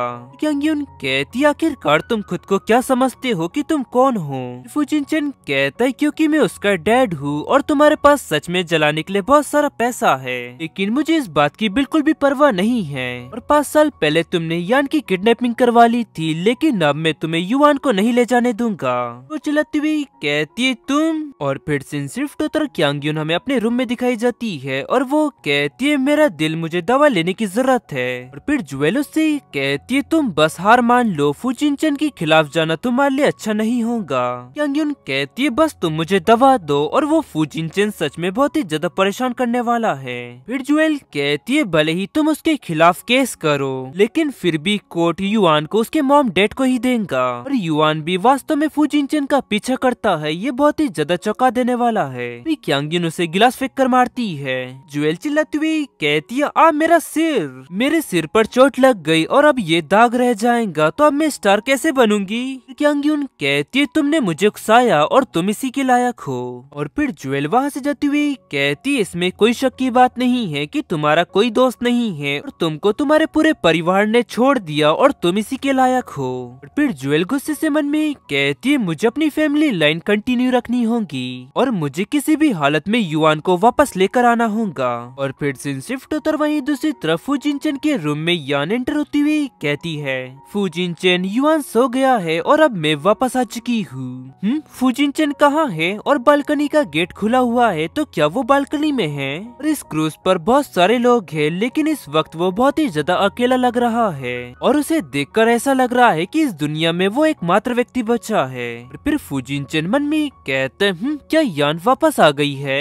फिर यान उससे कहती है फुजिनचेन, और फिर फुजिनचेन उससे कहते है यान तुम वापस क्यों आई, तुम तो आज रात युआन के साथ रहने वाली थी ना। और अब यान मैं नहाने जा रहा हूँ, मुझसे अल्कोहल की स्मेल आ रही है। फिर यान कहती है फुजिनचेन तुम तो पहले सोशल गैदरिंग में ही पिया करते थे, तुमने रोज पीना कब शुरू कर दिया। वो कहता है तुम्हारे लापता होने से तब से ही मैंने रोज पीना शुरू कर दिया। तुम्हारे लापता होने के बाद मैं रात भर सो नहीं पाता था और थोड़ी पीने के बाद ही मैं सो पाता था। फिर यान कहती है फुजिनचेन मेरी वजह से तुम्हें इतना कुछ सहन करना पड़ा, उसके लिए मैं माफी चाहती हूँ। फिर वो कहता है लेकिन यान ये सब पास्ट की बातें हैं और अब मैं पीना छोड़ दूंगा। तुम्हारे किडनैप हो जाने के बाद मुझे नहीं पता था कि जीवन कैसे जीना है, लेकिन अब तुम वापस आ चुकी हो तो मुझे शराब पीने की जरूरत नहीं है। और इसके अलावा हाल ही में मैंने कोई शराब नहीं पी है। उसकी ये सब बातें सुन यान मन में कहती आज उसने फिर से शराब इसलिए पी क्योंकि क्यांग्युन आज यहाँ पर आई है। और फिर वो उससे कहती है फुजिनचेन मुझे तुम पर भरोसा है, मुझे तुम्हारी कही गई हर एक बात पर भरोसा है और मैं जानती हूँ कि तुम मुझसे झूठ नहीं बोलोगे। और फिर फुजिनचेन उसे गले लगाती हुई कहता है क्यांग्युन सही थी, मैंने ठीक से तुम्हारी रक्षा नहीं की और इसीलिए तुम्हें किडनैप कर लिया गया था। अगर मैं ना होता तो ना ही तुम्हें वो लिक्विड दिया गया होता और ना ही तुम्हारी याद दस जाती। पिछले 5 साल में सारे कष्ट मुझे झेलने चाहिए थे, ना कि तुमको। यान कहती है फुजिनचेन अपने आप को दोष देना बंद करो, इसमें तुम्हारी कोई गलती नहीं है। फिर वो दोनों एक दूसरे को किस करते हैं और आगे फुजिनचेन कहता है और यान मैं हमेशा तुमसे प्यार करूंगा। वो कहती है हाँ मैं भी। और फिर से शिफ्ट होकर वो लोग हमें डिनर टेबल पर दिखाए जाते हैं और यान कहती है आज का मौसम बहुत ही बढ़िया है, चलो बगीचे में चलकर नाश्ता करते हैं। फुजिनचेन कहता है ठीक है जैसा तुम्हें ठीक लगे। और वहीं युआन मन में कहने लगता है आज वो बहुत ही ज्यादा ओवरवेलमिंग लग रहे हैं, तो क्या उन्हें लगता है कि कल रात के लिए मैं उन्हें छोड़ दूंगा। फिर फुजिनचेन उसका सर थपथपाता है और उसे ऐसा करता देख वो मन में कहते हैं वो मुझे सांत्वना दे रहे हैं। और फिर फुजिनचेन कहता है तुम्हारा शुक्रिया युआन। युआन कहता है मैं ठीक हूँ, आपको ऐसा करने की जरूरत नहीं है, मुझे ये पसंद नहीं है। तभी वहाँ ली शिशी आती हुई कहती है हेलो एवरीवन। क्या हुआ, तुम लोग कुछ कह नहीं रहे हो, क्या तुम झगड़ा कर रहे थे। फिर फुजिनचेन उसे गुस्से से देखते हुए कहता है ये तुम्हारा किस तरह का बर्ताव है। और उसे खुद को इस तरह देखता देख वो कहने लगती है आखिरकार मेरी रीढ़ की हड्डी इतनी ठंडी क्यों लग रही है। और फिर वो धीरे से युआन से कहती आखिरकार तुम्हारे डैड का मूड इतना खराब क्यों है। वो कहता है क्योंकि मेरी ग्रेट ग्रैंड माँ यहाँ पर है इसीलिए। फिर ली शिशी कहती है क्या आज तुम मुझसे शर्त लगाने वाले हो। युआन कहता है क्या तुम फिर से पैसे हारना चाहती हो क्या। तब वो चिल्लाती हुई कहती है इस बार मैं ही जीतूंगी। और तभी वहाँ क्यांग्युन आने लगती है और उसे देख वो कहती है युआन उसे देखो वो बहुत ही ज्यादा सीरियस लग रही है, वो क्या तुम्हारी ग्रेट ग्रैंड माँ है। और फिर क्यांग्युन दूसरे टेबल पर बैठती हुई कहती है युआन आओ इधर आओ मेरे पास बैठो। तब वो कहता है मैं मॉम के साथ रहना चाहता हूँ। तब वो चिल्लाती हुई कहती है यान तुम भी इधर आओ। फिर यान कहती है मैं अपने पति के साथ रहना चाहती हूँ और मिस्टर फूजिनचेन मैं आपको कभी नहीं छोड़ूंगी। और फिर क्यांग पैर पटकती हुई कहती है तुम मेरी बातों को नजरअंदाज मत करो। फिर ली शिशी चिल्लाती हुई कहती है तुम इस तरह पब्लिक प्लेस में शोर मत मचाओ। उसकी बात सुन क्यांग गुस्से से उससे कहती है तुम कौन हो ढीठ लड़की। ली शिशी उससे कहती है मैं कौन हूँ, आखिरकार तुम होती कौन हो मेरा नाम पूछने वाली। क्यांग उससे कहती है क्योंकि तुम्हें बोलने की बिल्कुल भी तमीज नहीं है इसलिए मैं तुमको तुम्हारे बड़ों की तरह सबक सिखाऊंगी। जाओ ये काउंट जाकर उसे पकड़ लो। और फिर यान कहती है उसने कुछ भी गलत नहीं किया है। ली शिशी कहती तुम मेरी चिंता मत करो। और यान को ली शिशी का बचाव करता देख वही ये काउंट खुश होती हुई मन में कहने लगता है ओ मेरी गॉडेस। और फिर उसका व्यक्ति कहता है बॉस क्या आप ये नहीं करना चाहते तो फिर मैं करता हूँ। फिर वो आगे बढ़ता है तभी गार्ड्स उससे रोकती हुई कहते पीछे हटो। और ये देख क्यांग कहती है क्या तुम अपने साथ बॉडीगार्ड्स रखती हो। वो कहती तो तुम्हें क्या लगता है कि तुम ही बॉडीगार्ड्स रख सकती हो। फिर युआन कहता ये बहुत ही ज्यादा इम्प्रेसिव था। फिर ली शिशी आगे कहती और तुम अब बूढ़ी हो रही हो और जवान लोगों के बीच में दखल देना बंद करो और तुम थोड़ा आराम करो। फिर क्यांग चिल्लाती हुई कहती है तुम अपना नाम बोलो बीच। वो कहती है अच्छा ठीक है तो फिर सुनो मेरा नाम ली शिशी है और मैं उसकी लवर हूँ। और फिर मन में कहती है अब मुझे इस मौके का फायदा उठाना चाहिए। और उसकी ये बातें सुन फूजिनचेन गुस्से में कहता है आखिरकार तुम क्या कहने की कोशिश कर रही हो। वो कहती है मैं युआन की गर्लफ्रेंड हूँ। और ये बात सुन वो दोनों तो उल्टी ही कर देते हैं। और फिर क्यांग कहती है क्या तुम युआन की गर्लफ्रेंड हो। वो कहती है हाँ बिल्कुल और मैं कई सालों तक युआन का इंतजार कर सकती हूँ जब तक वो बड़ा नहीं हो जाता। और सच में युआन तुम बहुत ही अच्छे हो। और फिर क्यांग चिल्लाती हुई कहती है ये क्या बकवास है और भले ही वो एग्री हो लेकिन मैं इसके लिए राजी नहीं होंगी। और फिर सीन शिफ्ट होता में कुछ समय बाद का समय दिखाया जाता है और ली शिशी युआन से कहती है युआन मैंने तुम्हारी ग्रैंडमा को नाराज कर दिया क्या ये ठीक रहेगा। फूजिनचेन कहता है तुम थोड़ी घबराई हुई लग रही हो। फिर वो कहती है मिस्टर फूजिनचेन मैं आपको परेशान नहीं कर रही हूँ और न ही मुझे आपसे कोई जवाब चाहिए। पर फूजिनचेन शांति हो जाता है और गुस्से से मन में कहता है हाँ तुम मुझे परेशान नहीं कर रही हो लेकिन तुम मेरे बेटे को परेशान कर रही हो। और फिर यान फूजिनचेन से कहती है चिंता मत करो मुझे नहीं लगता कि उसका कोई नुकसान होगा और तुम उस पर इतने कठोर मत हो। फूजिनचेन कहता है आखिरकार तुम उसकी तरफ से क्यों बोल रही हो, वो वही है जो मुझे तुमसे दूर रखने की कोशिश करती है। और यान ली शिशी को देख कह रही होती है मैं ये साफ देख पा रही हूँ कि ली शिशी की मानसिक रूम बिल्कुल युआन जितनी है। और वहीं ली शिशी युआन से कह रही होती है तुम्हारी ग्रैंडमा का बर्ताव बहुत ही ज्यादा खराब है और यहाँ तक कि वो तो मेरी ग्रैंडमा से भी बदतर है। मेरी ग्रैंडमा थोड़ी सख्त है लेकिन वो मेरे लिए थोड़ी सहनशील है। और फिर युआन मन में कहने लगता है ग्रैंडमा ने कभी भी विदेशी यात्रा नहीं की, क्या उन्होंने सिर्फ ऐसा इसलिए किया क्योंकि वो मुझे और मॉम को घर वापस ले जाना चाहती थी। नहीं मेरे ख्याल से ऐसा नहीं हो सकता, जरूर इसके पीछे और कोई कारण होगा। फिर ली शिशी कहती है क्या तुम मेरी बात सुन भी रहे हो और आखिरकार तुम पूल के किनारे बैठकर ये टैबलेट पर क्या खेल रहे हो, क्या होगा अगर ये टैबलेट पानी में गिर जाए तो।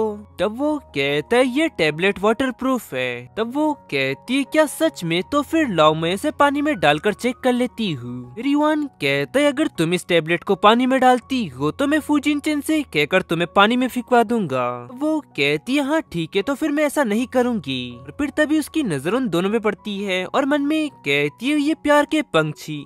गाइस प्यार के पंछी होता है कि पक्षी होता है पता नहीं, देखना यार तुम लोग। ये मन में कहती है और उन दोनों को देखकर तो मुझे उल्टी हो रही है। और तभी अचानक वो एक दूसरे को किस करने लगते हैं। ये देख वो चिल्लाती हुई कहती है क्या तुम दोनों खुद पर थोड़ा काबू नहीं रख सकते, ये पब्लिक प्लेस है। तब यानुस से कहती है क्या फूजिनचेन तो बस मुझे पानी की बोतल खोलने में मदद कर रहा था, लेकिन गाइस मुझे भी सच में लगा यार वो किस कर रहे हैं। फिर ली शिशी उसके पास आती हुई कहती है ये तो बहुत ही ज्यादा आसान है और अगली बार मैं तुम्हारी मदद करूंगी और मदद के लिए तुम्हें किसी भी व्यक्ति की जरूरत नहीं है। और फिर यान कहती है तुम्हारा शुक्रिया। तब वो कहती है कोई बात नहीं। और फिर फूजिनचेन कहता है माय लेडी। तभी ली शिशी उससे कहती है क्या तुम्हें दिखाई नहीं दे रहा है कि मैं उससे बात कर रही हूँ। तब वो गुस्से में कहता है पहले तुम देख लो कि मैं किस तरफ देख रहा हूँ, वो मेरी पत्नी है। और फिर ली शिशी आगे कहती है चलो भी अभी तक तुम दोनों की शादी नहीं हुई है और मैंने अभी अभी उससे तुम्हें मिस्टर कहते हुए सुना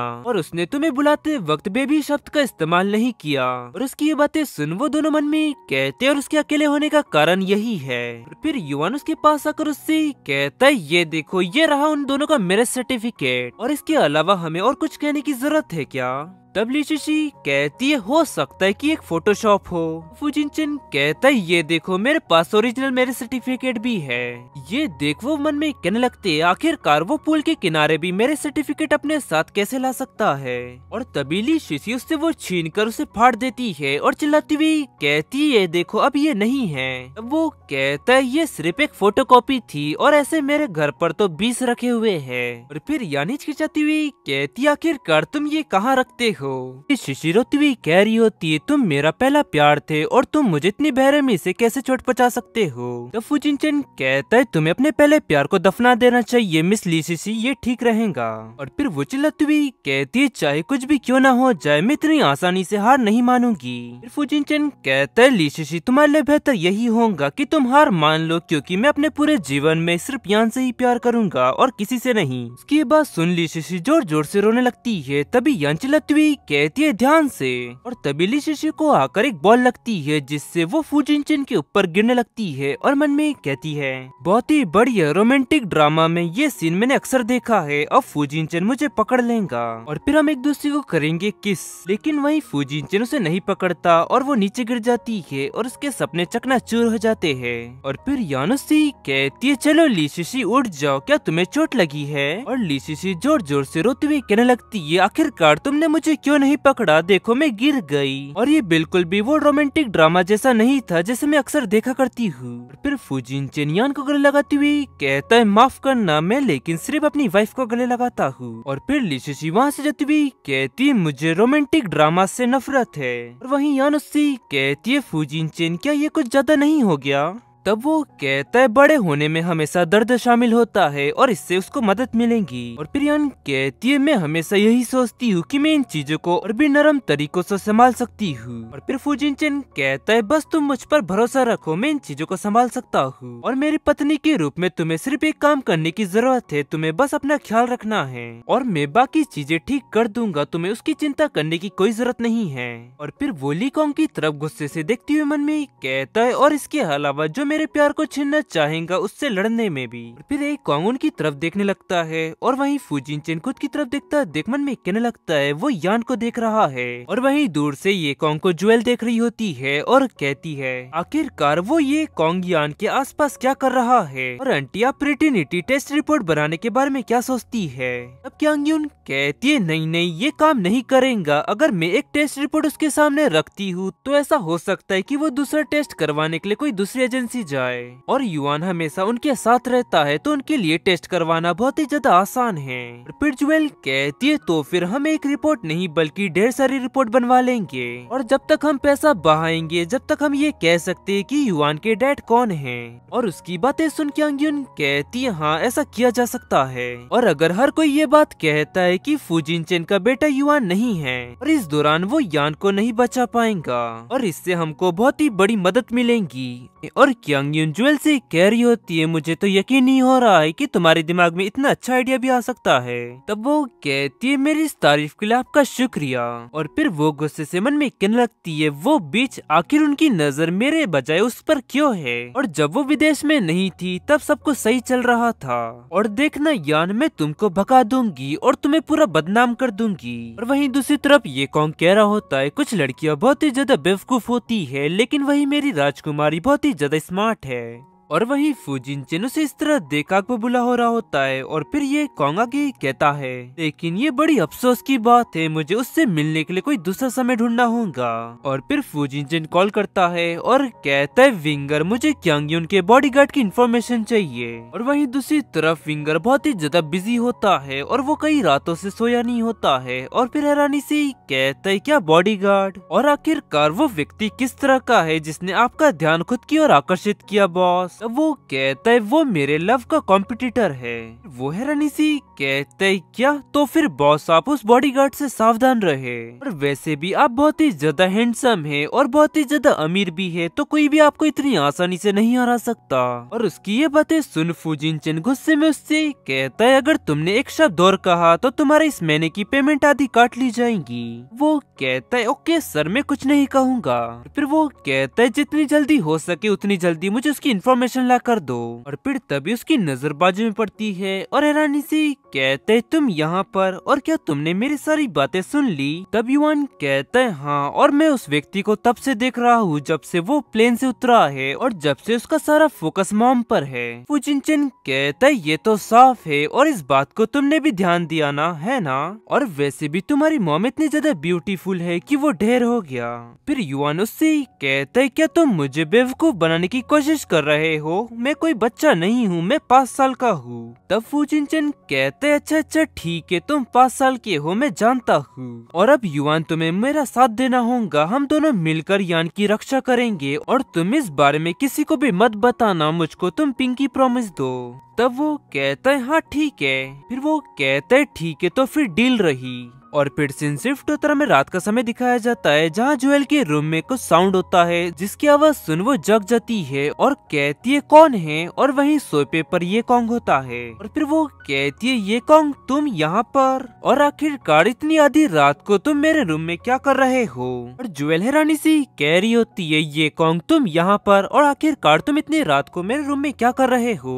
फिर वो उसके पास जाकर उससे कहती है बहुत ही ज्यादा लेट हो चुका है, और क्या तुम मुझे मिस कर रहे थे? क्या हुआ आखिरकार तुम कुछ बोलते क्यों नहीं? फिर ये कॉन्ग उस पर हावी होने लगता है। जोएल कहती है तुम्हें कितनी ज्यादा जल्दी है? और फिर ये कॉन्ग कहता है क्या जब तुम एब्रॉड में थी तो क्या तब भी तुम इतनी ज्यादा हॉर्नी थी? कोई भी व्यक्ति तुम्हें बड़े आसानी से एक्सेप्ट कर लेगा, मैं सही कह रहा हूँ ना? अब जोएल कहती है ऐसे बहुत से पर्सन हैं जो कि मुझे पसंद करते हैं, लेकिन मैं सिर्फ तुम्हें पसंद करती हूँ। ये कॉन्ग कहता है और फुजिनचेन के बारे में क्या? वो कहती है हाँ वो बहुत ही ज्यादा अट्रैक्टिव है, और मैं तो कहूंगी कि वो हर एक लड़की को अपनी ओर पागल कर देता है। ये कॉन्ग कहता है तो क्या तुम्हें यान से जलन होती है? वो कहती है हाँ बेशक, मैं उससे जलती हूँ क्योंकि हर कोई फुजिनचेन को पाना चाहता है। और उसकी ये बातें सुन ये कॉन्ग गुस्से से मन में कहता है दूसरे शब्दों में वो बिल्कुल दूसरी लड़कियों की जैसी सोचती है। और फिर सीन शिफ्ट तरफ का मेंशन देखते हैं जहाँ पर मेड कह रही होती है मैडम ये लीजिए आज सुबह ये लेटर आया। मॉम कहती है ये कितना अजीब है। फिर डैड कहते लाओ मुझे इसे देखने दो, और फिर वो उस एनवलप को ओपन करते हैं। कहते प्रिटिनिटी टेस्ट। फिर मॉम रानी सी कहती है फुजिनचेन प्रिटिनिटी टेस्ट क्यों करवाएगा? मैंने इसके बारे में उससे कभी नहीं सुना, और इसके अलावा ये रिपोर्ट तो उसके विला पर जानी चाहिए थी ना कि यहाँ पर। और इस रिपोर्ट के हिसाब से फुजिनचेन युआन के बायोलॉजिकल डैड नहीं है। ये देख मॉम गुस्से से चिल्लाती हुई कहती है ऐसा नहीं हो सकता, और हमें बेवकूफ बनाने के लिए ये फर्जी रिपोर्ट किसने बनाई? डैड कहते बेबी क्या हुआ, शांत हो जाओ। वो कहती है तुम इसकी जल्द से जल्द जांच करवाओ, और कोई इसे फंसाने की कोशिश कर रहा है, और आखिरकार कौन है जो उसके साथ इस तरह का बर्ताव कर सकता है? डैड कहते ठीक है बेबी तुम इतना गुस्सा मत हो, और तुम्हें उदास देखकर मेरा दिल टूट जाता है। मॉम कहती इसने तो मुझे परेशान कर दिया।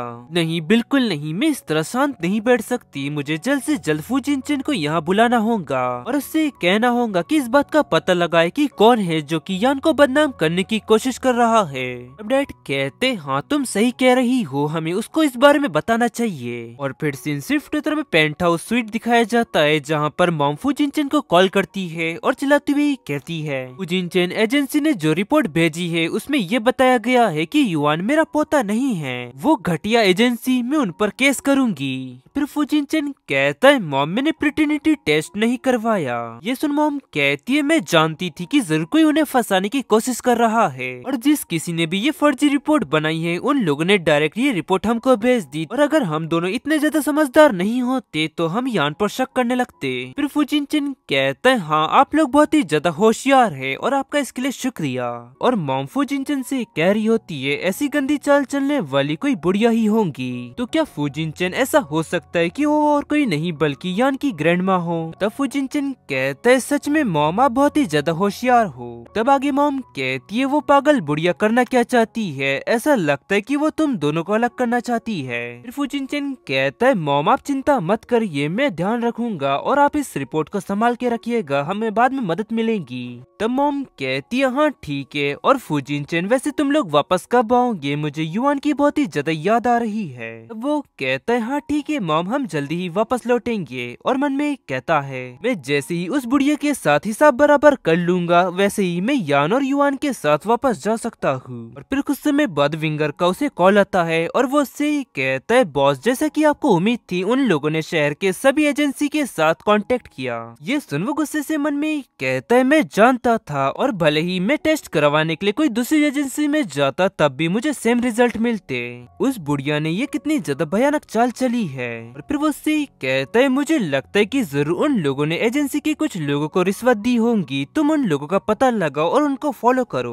फिर विंगर कहता है बॉस आखिरकार आप मुझसे करवाना क्या चाहते हो। तो फुजिनचेन कहता है हुआ कंट्री के लॉ के हिसाब से नकली दस्तावेज बनाने के आरोप में क्यांग युन को जेल भेजा जा सकता है। विंगर कहता है हाँ ये बढ़िया रहेगा और मैं पहले ही जानता हूँ कि वो बॉडीगार्ड कौन है।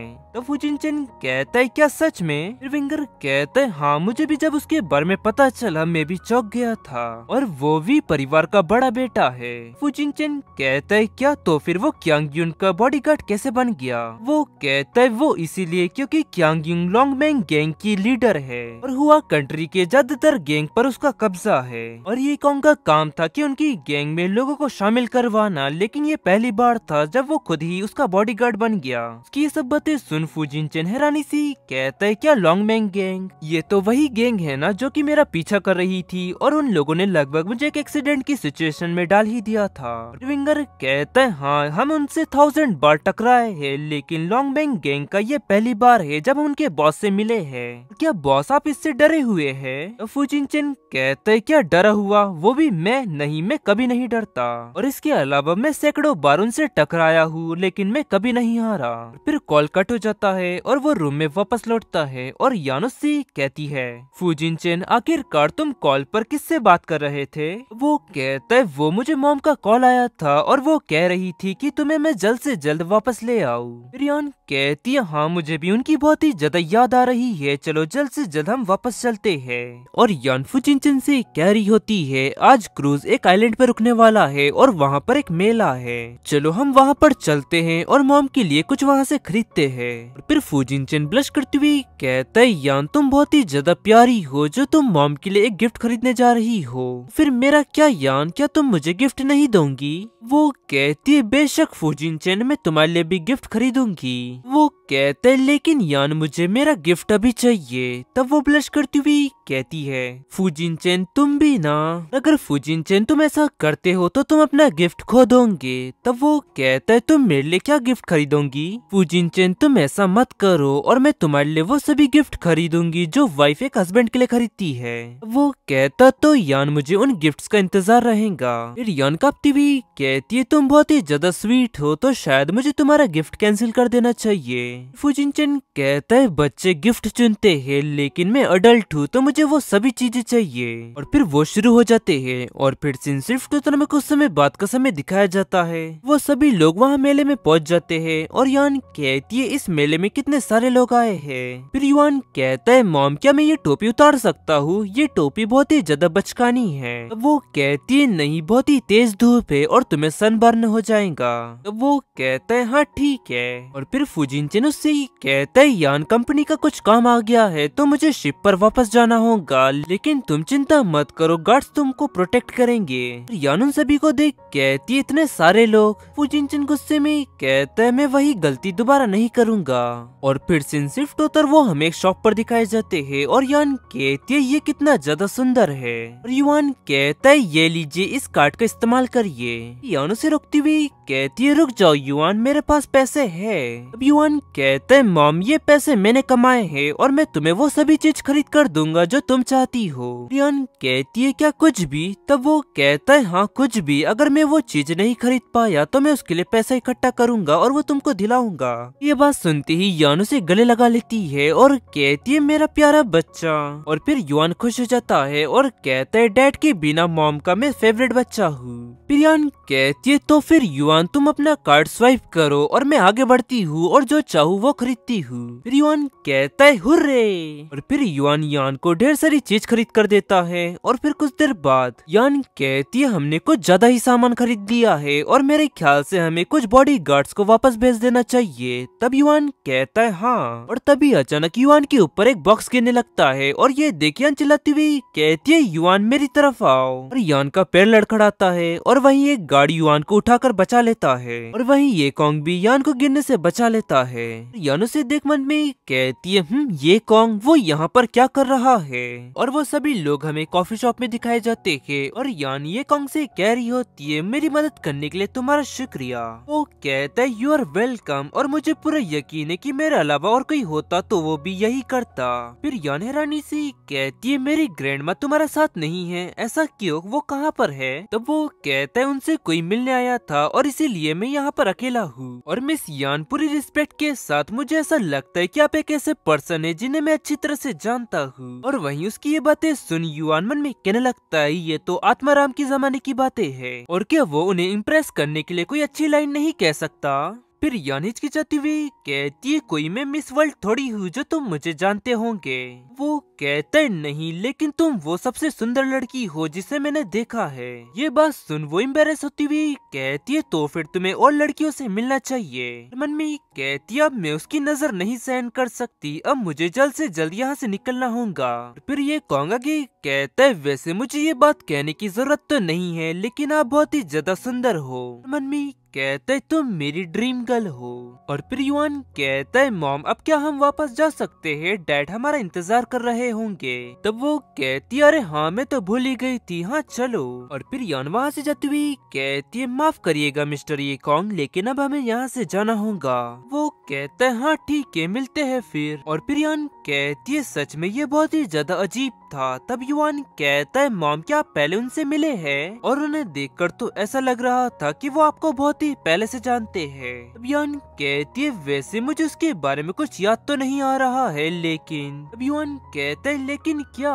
वो कहती है उसने जो नेकलेस पहना हुआ था उसे मैंने डिजाइन किया था। युआन कहता है क्या स्नो माउंटेन नेकलेस आपने डिजाइन किया था। तब युआन कहती है हाँ ये कुछ अजीब है ना, हम अभी वापस आए हैं और मैं 2 जगह अपने डिजाइन किए हुए नेकलेस देख चुकी हूँ। और मन में कहती है लेकिन ये व्यक्ति मुझे बहुत ही ज्यादा अजीब महसूस कराता है। और फिर वो दोनों वहाँ से निकल जाते हैं और वहीं ये कॉन्ग उन्हें जाते हुए देख रहा होता है। तभी अचानक वहाँ फूजिन चलते हुए कहता है हेलो मिस्टर ये कॉन्ग। वो कहता है फूजिन चैन तुम। फूजिन चैन कहता है मैं तुम्हें क्या कहकर बुलाऊं, मिस्टर ये कॉन्ग या फिर लॉन्गमैंग गैंग का प्रेसिडेंट। उसकी बात सुन हंसते हुए कहता है मुझे इसकी बिल्कुल भी उम्मीद नहीं थी फूजिन चैन कि तुम्हें ये बात इतनी जल्दी पता चल जाएंगी। तब फूजिन चैन कहता है मुझे कोई जल्दी पता नहीं चला, हम एक दूसरे को बहुत ही लंबे समय से जानते हैं और तुम आखिरकार क्या कर रहे हो। तब वो कहता है कुछ भी तो नहीं, मैं तो बस मिस यान के साथ कॉफी पी रहा था। फूजिन चैन कहता है परेशान करना बंद करो, मैं ये जानता हूँ कि तुम यान के लिए यहाँ आए हो। फिर ये कॉन्ग कहता है क्या ये इतना ज्यादा स्पष्ट था। और फूजिन चैन ये कॉन्ग से कहता है बेहतर होगा कि तुम ये सब छोड़ दो और मैं लीगली मैरिड हूँ, और वैसे भी ये कॉन्ग तुम उसके टाइप के नहीं हो। और फिर ये कॉन्ग कहता है मिस्टर फूजिन चैन घर उड़ाने का बुरा नहीं लगेगा मुझे, और साथ ही में भले ही तुम शादीशुदा हो तो क्या हुआ, आजकल बहुत सारे तलाक हो रहे हैं। और जहाँ तक रही कि मैं उसके टाइप का नहीं हूँ तो ये बात वो खुद ही मुझे बता देंगी। फूजिन चैन कहता है मैंने उसे कई बार बचाया है। तब ये कॉन्ग कहता है मैं चोरी छुपे उसको 1 साल से प्रोटेक्ट कर रहा हूँ। और फिर फूजिन चैन कहता है ये देखो मेरे पास मैरिज लाइसेंस है, और तुम्हें देखकर ऐसा लगता है कि तुम इतनी आसानी से हार नहीं मानने वाले। चलो ठीक है गेम चालू है, और तुम ये बात अच्छी तरह से जानते हो कि मैं पहले तुमसे कभी नहीं हारा। ये कॉन्ग गुस्से में कहता है बेशक तुम बेहतर एक बिजनेसमैन हो, लेकिन क्या तुम बेहतर लवर हो, और तुम रुको और देखो। और फिर सीन शिफ्ट होकर वहीं दूसरी तरफ पेंट हाउस में यान गिफ्ट्स ओपन करती हुई कहती है ये युआन की ग्रैंडमा पर अच्छा लगेगा और मैं ये तुम्हारे ग्रैंडफा को दे सकती हूँ, ये उनकी ड्रेस से मैच खाएगा। और फिर वहाँ पर फूजिनचेन आती हुई कहता है यान क्या तुमने गिफ्ट्स की शॉपिंग खत्म कर ली? तो वो कहती है हाँ, और हमने बहुत कुछ खरीदा है। फूजिनचेन कहता है ठीक है, तो चलो अब हम घर चलते हैं। अब यान कहती है क्या अभी? लेकिन युआन अभी सो रहा है। तब वो कहता है कोई बात नहीं, हम हेलीकॉप्टर से जाएंगे और जल्दी ही वहाँ पहुँच जाएंगे। मनमी कहता है मैं बस उसे ये कॉन्ग से दूर ले जाना चाहता हूँ और फिर ये कॉन्ग कुछ नहीं कर पाएगा। और फिर सीन शिफ्ट होकर वो लोग एयरपोर्ट पहुँच जाते हैं और फूजिनचेन युआन को देख मनमी कहता है मैंने शायद ही कभी युआन को इतना अच्छी तरह बर्ताव करते हुए देखा है। और वहीं यानू ने इस तरह देख उनसे कहती है क्या तुम एक दूसरे को नापसंद नहीं करते? और फूजिनचेन जब युआन सो रहा है, जब तुमने उसे किस किया, और जब युआन जग जाएगा तब मैं उसको बताऊंगी कि तुमने क्या किया। फूजिनचेन कहता है नहीं यान चलो मैं तुमको चढ़ने में मदद कर देता हूँ। तब वो कहती है नहीं सभी लोग देख रहे हैं, मैं खुद ही चढ़ सकती हूँ। फिर फूजिनचेन कहता है तुम मुझसे वादा करो कि तुम उसको ये बात नहीं बताओगी, अभी मैं तुमको नीचे उतारूंगा। तब वो कहती है ठीक है मैं तुमसे वादा करती हूँ, अब तुम मुझे नीचे उतारो। वो कहता है ठीक है। फिर यान कहती है तुम्हारा शुक्रिया। और वैसे फूजिनचेन यहाँ पीछे सीट नहीं है तो तुम कहाँ बैठोगे? और फिर डोर क्लोज होता है और आवाज सुन युआन जग जाता है और कहता है ये आवाज कैसी है? ये तो एक हेलीकॉप्टर है और हम यहाँ पर क्या कर रहे हैं? अब यान कहती है हम तुम्हारे ग्रैंडफा और ग्रैंड माँ के पास वापस जा रहे हैं। फिर फूजिनचेन सामने की सीट पर बैठती हुई कहता है वो हमें बहुत ही ज्यादा मिस कर रहे हैं। और यान उसे सामने बैठता देखे हैरानी सी कहती है फूजिनचेन क्या तुम्हें हेलीकॉप्टर उड़ाना आता है? और यान हैरानी सी कहती है फूजिनचेन क्या तुमको हेलीकॉप्टर उड़ाना आता है? फिर पायलट कहता है हाँ उन्होंने ग्रेजुएशन किया है एनएससी फ्लाइट कॉलेज से और वो वहाँ के टॉप स्टूडेंट थे। और एवरेज स्टूडेंट को ग्रेजुएट होने के लिए 4 साल लगते हैं, लेकिन उन्होंने सिर्फ 1 साल में ये कंप्लीट कर लिया। फिर युआन कहता है मॉम क्या आप हेलीकॉप्टर उड़ाना जानती है? अब यान कहती है नहीं मुझे ऐसा नहीं लगता कि मुझे हेलीकॉप्टर उड़ाना आता है, हालांकि मेरी याददाश्त पूरी तरीके से वापस नहीं आई है। और फिर युआन हैरानी सी कहता है तो क्या सच में उन्हें हेलीकॉप्टर उड़ाना आता है? फिर फूजिनचेन गुस्से में कहता है मैंने तुम्हारी बात सुन ली और अब चलो सीट बेल्ट बांध लो, हम टेक ऑफ करने वाले हैं। और फिर युआन नीचे की ओर देखते हुए मन में कहता है सच में हम उड़ रहे हैं। और फिर युआन कांपने लगता है और उसे कांपता देख यान उससे कहती है युआन तुम्हें कैसा महसूस हो रहा है? और तुम बिल्कुल भी चिंता मत करो, फूजिनचेन हमें सुरक्षित वापस ले जाएगा। फिर युआन कहता है मॉम मैं एक पायलट बनना चाहता हूँ। तब वो हिचकिचाती हुई कहती है हाँ ठीक है। और युआन मन में कहता है मैंने जितना सोचा था वो उससे कहीं ज्यादा बेहतर है, मैं उनके जैसा बनना चाहता हूँ। और फिर सीन शिफ्ट होकर वो लोग पहुँच जाते हैं और फू ग्रुप की बिल्डिंग पर लैंड होते हैं। और फिर फूजिनचेन गेट ओपन करते हुए उनसे कहता है हम पहुँच चुके हैं, अब तुम लोग उतर सकते हो। और यान कहती है मिस्टर फूजिनचेन ये बहुत ही ज्यादा इम्प्रेसिव था। और फिर फूजिनचेन युआन से कहता है युआन मैं एक अच्छा कैप्टन हूँ है ना? तब वो कहता है हाँ आप ठीक थे। और मन में कहता है मैं एक्सेप्ट नहीं करूँगा कि वो हेलीकॉप्टर बहुत ही अच्छा उड़ाते हैं। और फिर यान कहती है लेकिन फूजिनचेन हेलीकॉप्टर पे कोई तो था जो तुमसे बहुत ही ज्यादा प्रभावित हुआ है। तब युआन कहता है नहीं ऐसा कुछ नहीं है। और तभी वहाँ विंगर आती हुई कहता है बॉस मिसेस फू और युआन मुझे उम्मीद है कि आपने बहुत ही अच्छा समय बिताया होगा है ना? युआन कहती है हाँ ये कहना होगा कि ये क्रूज का सफर काफी ज्यादा बढ़िया था। और फिर फूजिनचेन यान को जैकेट पहनाती हुई कहता है यहाँ पर उस आइलैंड की तुलना में ज्यादा ठंड है यान, तुम्हें अपना ख्याल रखना चाहिए। और ये लो युआन तुम अपना स्कार्फ ले लो। तब वो कहता है नहीं आपका शुक्रिया लेकिन मुझे ठंड नहीं लगती। और मन में कहता है अगर वो कुछ नहीं पहनेंगे तो मैं भी कुछ नहीं पहनूंगा। और तभी वहाँ हवा चलती है और वो दोनों कांपने लगते हैं। और फूजिनचेन मन में कहता है जब मैंने यान को जैकेट दी उसके तुरंत बाद मैंने भी दूसरी जैकेट पहन लेनी चाहिए थी, यहाँ पर काफी ज्यादा ठंड है। और वहीं युआन भी मन में कहने लगता है मैं कितना ज्यादा बेवकूफ हूँ कि मैंने फूजिनचेन की तरह कोट नहीं पहना। और फिर यान कहती है मिस्टर विंगर प्लीज जाकर उन दोनों के लिए कोट लेकर आइए। तब वो कहता है हाँ ठीक है मेरे पास रखे हुए हैं। और विंगर कह रहा होता है एंट्रेंस पर आपकी कार खड़ी हुई है और बॉस के मॉम डैड ने घर पर आपके लिए खाना तैयार रखा है। यान कहती है ये तो बहुत ही अच्छी बात है और मैंने उनके लिए ढेर सारे गिफ्ट्स भी खरीदे हैं। और वहीं फुजिनचेन के गार्ड्स को गिफ्ट उतारता देख वो विंगर चौंकती हुई कहता है इतने सारे गिफ्ट खरीदे। मम्मी कहता है मिसेस फू ने तो बिल्कुल मिस्टर फुजिनचेन की मॉम की तरह ढेर सारे गिफ्ट खरीदे हैं। और फिर सीन शिफ्ट होकर वो लोग हमें कार में दिखाए जाते हैं और युआन हैरानी सी कहता है हम अभी तक मेंशन नहीं पहुँचे। तब वो कहता है हम पहले ही मेंशन के अंदर है। इसकी बात सुन युआन हैरानी सी कहता है लेकिन हम तो इस माउंटेन की रोड पर है ना। विंगर कहता है ये पूरा पहाड़ फू परिवार का है।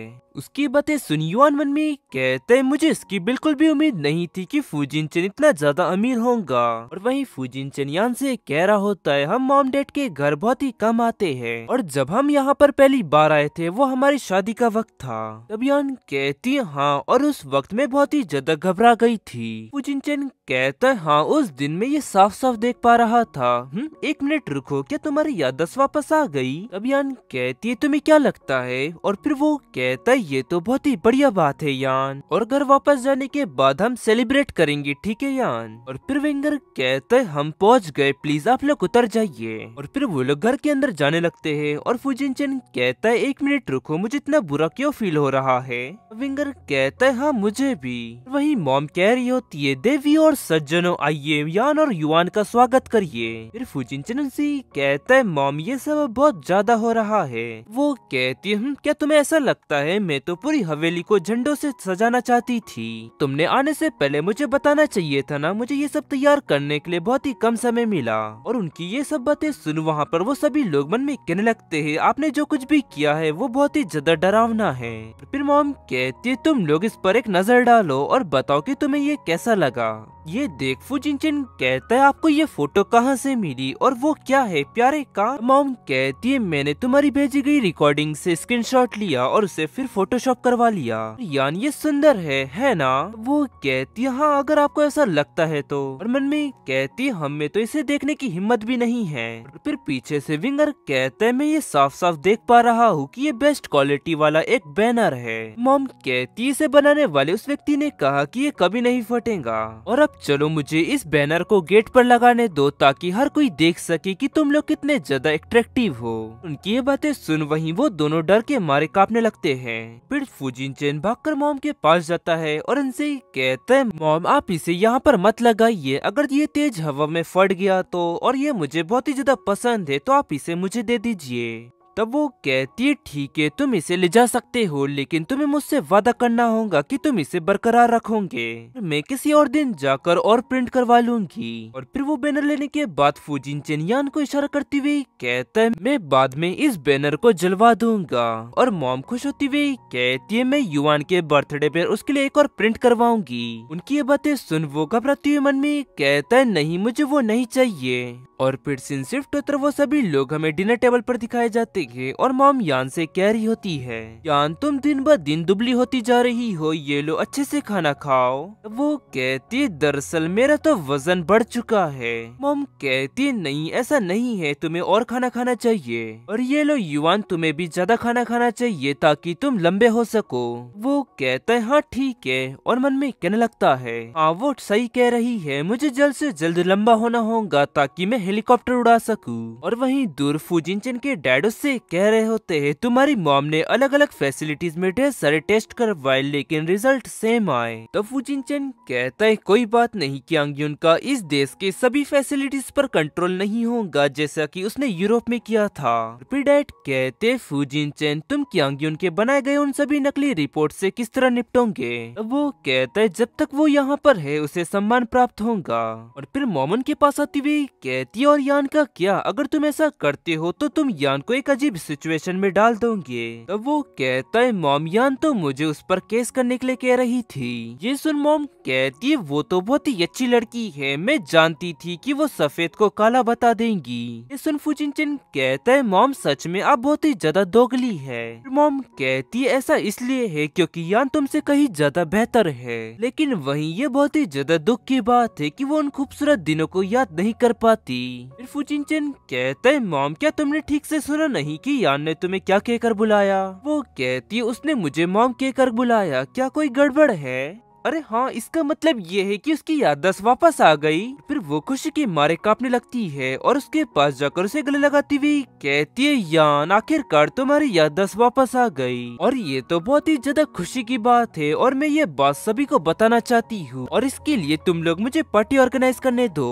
और फिर सीन शिफ्ट उतर वही दूसरी तरफ एक्सक्लूसिव एयरपोर्ट पर यांग यून कह रही होती है, क्या वो लोग एक पार्टी ऑर्गेनाइज कर रहे हैं? ये कौन कहता है हाँ। और फिर यांग यून मुझे समुद्र से वापस लौटने में 1 हफ्ता लग गया और वहीं फूजिन चेन ने उनको स्वागत में एक पार्टी ऑर्गेनाइज कर दी। फूजिन चेन, तुमने ये युद्ध शुरू किया है लेकिन खत्म मैं ही करूंगी और 1 घंटे में पार्टी शुरू होने वाली है, तो क्या हमें वहाँ जाना चाहिए? बेशक हमें ऐसा करना चाहिए, मैं उन्हें एक बहुत ही इम्पोर्टेंट गिफ्ट देना चाहती हूँ। और फिर सीन शिफ्ट उतर वही दूसरी तरफ मेंशन पर बहुत सारे लोग मॉम को गिफ्ट दे रहे होते हैं और वो कहती है, शुक्रिया, आइए अंदर आइए। और अगर वॉइस ओवर अच्छा नहीं आएगा तो उसके लिए सॉरी गाइस। और हमें पार्टी का सीन दिखाया जाता है जहाँ पर कुछ लोग कह रहे होते हैं, मैंने सुना है कि मिस्टर फूजिन चेन शिप पर एक लड़की के साथ थे और यहाँ तक कि वो एक दूसरे के बहुत ही ज्यादा करीब थे, शायद वो उनसे शादी करने वाले हैं। उनकी ये सब बातें सुन जियाओ जियाओ मन में कहने लगती है, मैंने सोचा था कि फूजिन चेन यान के वापस आने का इंतजार करेगा लेकिन उस कमीने ने अपना मन बदल दिया और उसके जैसे व्यक्ति पर भरोसा नहीं किया जा सकता। और फिर वहाँ खड़े लोग आगे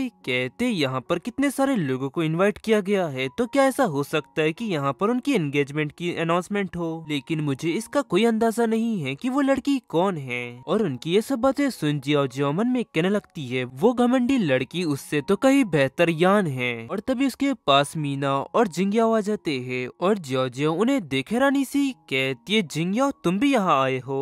वो कहते, फूजिन चेन की एंगेजमेंट पार्टी है और मैं यहाँ पर कैसे नहीं आता भला। की बात सुन वो मन में कहने लगती है, तो क्या वो इस पार्टी में तोड़फोड़ करने आया है? और फिर वो उससे कहती है, जिंगयाओ तुम यहाँ पर कोई भी परेशानी पैदा मत करना, तुम ये बात अच्छी तरह से जानते हो कि उसने उसका कई सालों तक इंतजार किया। तब जिंगयाओ कहते, जियाओ जियाओ आखिरकार तुम किस बारे में बात कर रही हो, मुझे कुछ समझ नहीं आ रहा। उफ, मैंने पूरे दिन भर गाड़ी चलाई और अब मैं बहुत ही ज्यादा बोर हो रहा हूँ, क्या मुझे यहाँ पर वाइन मिल सकती है? फिर मीना कहती है, यहाँ पर कोई वाइन नहीं है, बस यहाँ पर संतरे का जूस है। वो चौंकती हुई कहता है, क्या बस? और वहीं पीछे जियाओ जियाओ मन में कहने लगती है, क्या जिंगयाओ भी यान को भूल गया? और फिर वो उनसे दूर जाती है और वहीं मीना जिंगयाओ से कहती है, क्या तुम सच में उसे इस बारे में नहीं बताओगे? तब वो कहते हैं, नहीं, क्योंकि फूजिन चेन ने उसे इस बारे में नहीं बताया तो मैं भी उसे नहीं बताऊंगा। मुझे लगता है कि वो उसे सरप्राइज देना चाहता है, ये बेहतर यही होगा कि तुम भी अपना मुंह बंद रखो। मीना कहती है, लेकिन मैं उसकी आंखों में आंसू देख पा रही हूँ। फिर जिंगयाओ कहता है, उसके पिछले 5 साल बहुत ही ज्यादा कठिन भरे रहे हैं और यहाँ तक कि कंपनी के खातिर उसे अपने बॉयफ्रेंड से भी रिश्ता तोड़ना पड़ा। मीना कहती है, हाँ, और इसके ही उलट किसी व्यक्ति ने कई सारी लड़कियों के साथ बहुत ही अच्छा समय बिताया है। उसका ये ताना सुन वो उससे कहता है, लेकिन ये अफवाह तुमने ही तो फैलाई है। और फिर तभी मीना की नजर बाजू में पड़ती है और हैरानी सी कहती है, वो देखो, क्या वो युआन है? तब जिंगयाओ कहता है, हाँ वो वही है। और फिर वो भागकर उसकी तरफ जाता है और उससे कहता है, यहाँ पर आओ युआन और मुझे तुम्हें किस करने दो। उसे अपने पास आता देख वो घबरा जाता है और फिर जिंगयाओ उसे गले लगाते हुए कहता है, तुम कितने ज्यादा प्यारे हो युआन। और फिर युआन उसके चंगुल से भागकर जाते हुए कहता है, मॉम। और युआन भागकर यान के पास जाता है और वहीं जिंगयाओ उसे देख ब्लश करने लगता है। और फिर यान उससे कहती है, तुम यहाँ पर इस तरह क्यों खड़े हुए हो और कुछ कहते क्यों नहीं? और क्या तुम्हें मेरी याद नहीं आई? जिंगयाओ कहता है, यान मैंने तुम्हें बहुत ही ज्यादा मिस किया। और वहीं मॉम कहने लगती है, आप सभी का मेरे बेटे की एंगेजमेंट पार्टी में आने के लिए शुक्रिया। उनकी ये बात सुन वहाँ पर एक व्यक्ति कहने लगता है, ओ माई गॉड, क्या वो सचमुच शादी करने जा रहा है? दूसरा व्यक्ति कहता है, और आखिरकार वो लड़की है कौन? और वहीं लीची अजीब समूह बनाकर मन में कहने लगती है, मैं इसके बारे में सोच भी नहीं सकती और आखिरकार वो ऐसा कैसे कर सकता है? फिर मॉम कहती है, आप सभी लोग अनुमान लगाना बंद करिए और आइए अब उनका स्वागत करते हैं। और वहीं जियाओ जियाओ उनकी ये बात सुन घबराती हुए मन में कहने लगती है, क्या वो भी यान को भूल गई? और आगे कहती है, मीना मुझे कुछ ठीक नहीं लग रहा है तो मैं जा रही हूँ। मन में कहती है, अगर मैं इसी तरह यहाँ पर शामिल रही तो इसकी मतलब ये है कि मैं यान की सच्ची दोस्त नहीं हूँ। फूजिन चेन बहुत ही ज्यादा आगे बढ़ चुका है और यहाँ तक कि उसकी मॉम भी यान को भूल चुकी है। अब बस यहाँ पर मैं ही रह चुकी हूँ जो बस यान को याद करती है। और फिर मीना उसके पास आती हुई कहती है, जाओ जाओ, क्या तुम ये जानने के लिए बिल्कुल भी उत्सुक नहीं हो कि फूजिनचेन की वाइफ कौन है? तब वो कहती है, नहीं, मुझे ये जानने में कोई दिलचस्पी नहीं है और अब मेरा फूजिनचेन के साथ कोई लेना देना नहीं है और यहाँ तक कि अब मैं उसके साथ पार्टनरशिप भी कैंसिल कर दूंगी। फिर तभी वहाँ पर एक लड़की कहती है, तो क्या ये है फूजिनचेन की होने वाली वाइफ? और इस लड़की की बात सुन जियो जो उस तरफ देखने लगती है और थोड़ी हैरान होती हुई मन में कहती है, वो तो यान जैसी लग रही है। और फिर वो रोती हुई कहती है, मीना, क्या ये वही है या फिर मैं गलत समझ रही हूँ? तब वो कहती है, हाँ, वो यान ही है और वो वापस आ चुकी है। वहाँ बाकी खड़े लोग कहने लगते हैं, आखिरकार वो लड़की कौन है? और उनकी बातें सुन फूजिनचेन उससे कहने लगता है, यान, क्या तुम अभी भी उन लोगों को बताना नहीं चाहती कि तुम कौन हो? तब वो कहती है, तुम्हारी मॉम ने इतनी बड़ी वेलकम बैक पार्टी रखी है और मुझे लगता है कि जब मैं अपना ये मास्क उतारूंगी तो क्यांग्युन बहुत ही ज्यादा नाराज होने वाली है। फिर फूजिनचेन कहता है, मेरी मॉम को बहुत ही ज्यादा चिंता है कि तुम फिर से कहीं वापस न चली जाओ, इसलिए वो बताने के लिए बहुत ही ज्यादा उत्सुक है कि हम दोनों शादी करने जा रहे हैं। फिर यान कहती है, अब तुम बिल्कुल भी चिंता मत करो, मैं कहीं नहीं जाने वाली। फिर वो कहता है, चलो यान, अब तुम अपना मास्क उतारो और उन सबको बता दो कि तुम कौन हो। और फिर यान मास्क उतारने लगती है और वहाँ खड़े लोग कहते हैं, देखो वो मास्क उतार रही है। और पब्लिक उसे देख खुश होती हुई कहती है, वो तो मिस यान है और उनकी शादी तो 5 साल पहले हुई थी और अब वो वापस आ चुकी है। और वही दूसरी तरफ कार में क्यांग्युन चिल्लाती हुई कह रही होती है, हमें वहाँ पहुँचने में और कितना समय लगेगा? तब ड्राइवर कहता है, मैम, हम अभी ट्रैफिक में फंसे हुए हैं, मेरे ख्याल से लगभग 30 मिनट और लगेगा। और उस ड्राइवर की बातें सुन क्यांग्युन गुस्से चिल्लाती हुई कहती है, 1 घंटे से हम यहाँ पर फंसे हुए हैं, तुम बस मुझे इतना बताओ कि हम यहाँ से निकल सकते हैं या नहीं? फिर वो ड्राइवर कहता है, मैम, इस समय के दौरान हमेशा ट्रैफिक जाम होता है। फिर क्यांग्युन आगे फोन देखती हुई कहती है, हर जगह उसकी न्यूज छपी हुई है और उन लोगों ने अपने रिश्ते का इतने बड़े पैमाने पे खुलासा किया। और फिर वो जुएल से कहती है, तुम ये कॉन्ग को कॉल करो और उससे कहो कि ये सभी न्यूज को हटवा दे। फिर जुएल ऐसे ही करती है और वहीं दूसरी तरफ ये कॉन्ग कहने लगता है, मेरे पास और भी चीजें है करने को, लेकिन ये न्यूज मुझे भी परेशान कर रही है। और फिर वो किसी को कॉल करता है और उससे कहता है, हेलो, मैं चाहता हूँ कि तुम फूजिनचेन से रिलेटेड सारी न्यूज को हटवा दो। सामने वाला व्यक्ति कहता है, बॉस, मैं ऐसा नहीं कर सकता, प्रेस पागलों की तरह उसके पीछे पड़ी हुई है और उसके बारे में आर्टिकल्स लिख रही है। ये कॉन्ग कहता है, बेकार, जल्दी से उसे हटवा दो। और फिर कॉल कट हो जाता है। और फिर ये कॉन्ग युआन से कहता है, युआन, क्या तुम मेरी मदद कर सकते हो न्यूज को डिलीट करने में? कई मैसेज पढ़ वही दूसरी तरफ युआन मन में कहने लगता है, ये अजीब है, इतने लंबे समय से मैं उसका ऑनलाइन दोस्त हूँ, लेकिन इससे पहले उसने मुझसे कोई भी एहसान नहीं मांगा, लेकिन अब वो चाहता है कि मैं अपनी मॉम की वो न्यूज को हटवा दूं। फिर ये कॉन्ग कहता है, फूजिनचेन और यान की सभी न्यूज तुम हटवा दो। तब युआन कहता है, ठीक है, तुम बस ये सब मुझ पर छोड़ दो। मम्मी कहता है, मॉम अपनी लो प्रोफाइल रखना चाहती है तो मैं ऐसा कर सकता हूँ, है ना? और फिर यान उसे आवाज देती हुई कहती है, युआन, यहाँ आओ और अपने ग्रैंडफा से मिलो। तब वो कहता है, हाँ, मैं आ रहा हूँ। और वहीं टेबल पर फूजिनचेन के डैड कह रहे होते हैं, ये बहुत ही अच्छा हुआ कि यान ने उसे खींच लिया और अब सब कुछ वापस अच्छा हो चुका है। स्वीट हार्ट, अब तुम्हें कोई भी कष्ट नहीं होगा। तब वो कहती है, मुझे इसकी एक फोटो लेनी होगी और उसे अपने विला में टांगनी होगी। और उनकी ये बात सुन वो लोग मन में कहने लगते, ये तो बहुत ज्यादा हो रहा है। और फिर यान के डैड हैरानी सी कहते, यान, आखिरकार मिसेस फू किस बारे में बात कर रही थी? वो किसी टेस्ट के बारे में बोल रही थी। और उनकी ये बात फूजिनचेन सुन लेता है और अपनी मॉम से कहता है, मॉम, आपने वादा किया था ना कि आप इसके बारे में उन्हें नहीं बताएंगी। तभी मॉम उससे बचती हुई कहती है, हनी, ये लो, इसे ट्राई करो। और वहीं यान उसके डैड से कहती है, आप चिंता मत करिए, सिर्फ ये छोटा सा एक टेस्ट है। तब वो कहते, तो क्या मैं इसमें तुम्हारी कोई मदद कर सकता हूँ? तब वो कहती है, नहीं डैड, अगर मुझे आपकी जरूरत पड़ेगी तो मैं आपको बता दूंगी। उसके डैड कहते, तुम कभी भी मुझे परेशान नहीं करना चाहूंगी। और फिर जिंग्याओ कहते है, डैड, हम भी एक दूसरे से काफी समय से नहीं मिले हैं, तो आप क्या मुझसे नहीं मिलना चाहते? तब वो उससे मुंह फेरती हुई कहते हैं, जब भी तुम्हारी याद आएंगी कहेंगी तो मैं टीवी ओपन कर तुम्हें देख लूंगा, और वैसे भी मैं पहले से ही तुमसे बहुत ही ज्यादा तंग आ चुका हूँ। ये बात सुन वहाँ पर सभी लोग हंसने लगते हैं और वही जिंगियाओ मुंह फुला लेता है और यान की नजर जोजो पे पड़ती है और फिर वो उसे आवाज देती है, लेकिन वही जोजो को उसकी आवाज सुनाई नहीं देती। और फिर यान अपने डैड से कहती है, डैड आप यहाँ पर बैठकर एंजॉय करिए, मैं थोड़ी देर में आती हूँ। तब वो कहते हाँ ठीक है। फिर यान फुजिनचिन के पास जाकर उससे कहती है, क्या तुम्हें याद है कि मैंने तुमसे क्या तैयार करने के लिए कहा था? तब वो कहता है, तुम बिल्कुल भी चिंता मत करो, मुझे पता है। और फिर यान जोजो के पास जाती है और उससे कहती है, जोजो बहुत ही लंबा समय हो चुका है क्यों? और जोजो आकर से गले लगाती हुई कहती है, हाँ 5 साल बीत चुके हैं और अब तुम कैसी हो यान? और मेरे पास कहने के लिए तुमसे बहुत कुछ है। तब यान कहती है, हाँ मुझे भी तुमसे बहुत कुछ कहना है। और फिर जोजो कहती है, सिंकियान ने लियान को अफ्रीका में बेच दिया था और फिर फुजिनचेन ने 3 साल बाद उसे वापस लेकर आया और अब इस वक्त वो तुम्हारी सौतेली माँ के साथ जेल में है। और वहीं चुयिंग को भी कीमत चुकानी पड़ी और उसे 2 साल की सजा दी गई, लेकिन इस वक्त वो कहाँ है कोई नहीं जानता।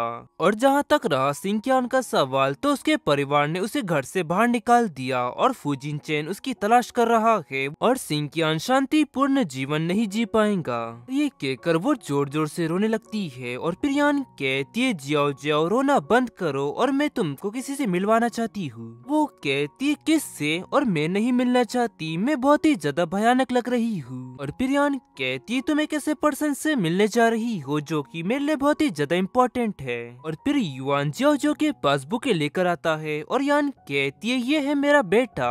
और युआन कहता है, हेलो आंटी। और फिर जोजो उसे किस करती है और वहीं ये सब देख फुजिनचेन और यान स्माइल करने लगते हैं। तभी अचानक वहाँ पर एक चॉपर आ जाता है और उसे देख फुजिनचेन कहता है, ये हेलीकॉप्टर मेरे ख्याल से इसमें वही होनी चाहिए। यान हैरानी सी कहती है, तो क्या हमें उससे मिलना चाहिए? तब वो कहता है, नहीं इसकी कोई जरूरत नहीं है और मॉम उसे संभाल लेंगी। और क्यांग चॉपर से नीचे उतरती है और उसका स्वागत होता है और ये देख वो चिल्लाती हुई कहती है, ये सब करना बंद करो। और फिर फुजिनचेन की मॉम उसका हाथ पकड़ती हुई कहती है, क्या ये तुम्हें पसंद नहीं आया? लेकिन मैंने ये सब तैयारी करने में बहुत ही ज्यादा मेहनत की थी। और मन में कहती, आखिरकार वो यहाँ पर आ ही गई और उसने यान को बहुत ही ज्यादा परेशान किया है और अब मुझे उसे सबक सिखाना होगा।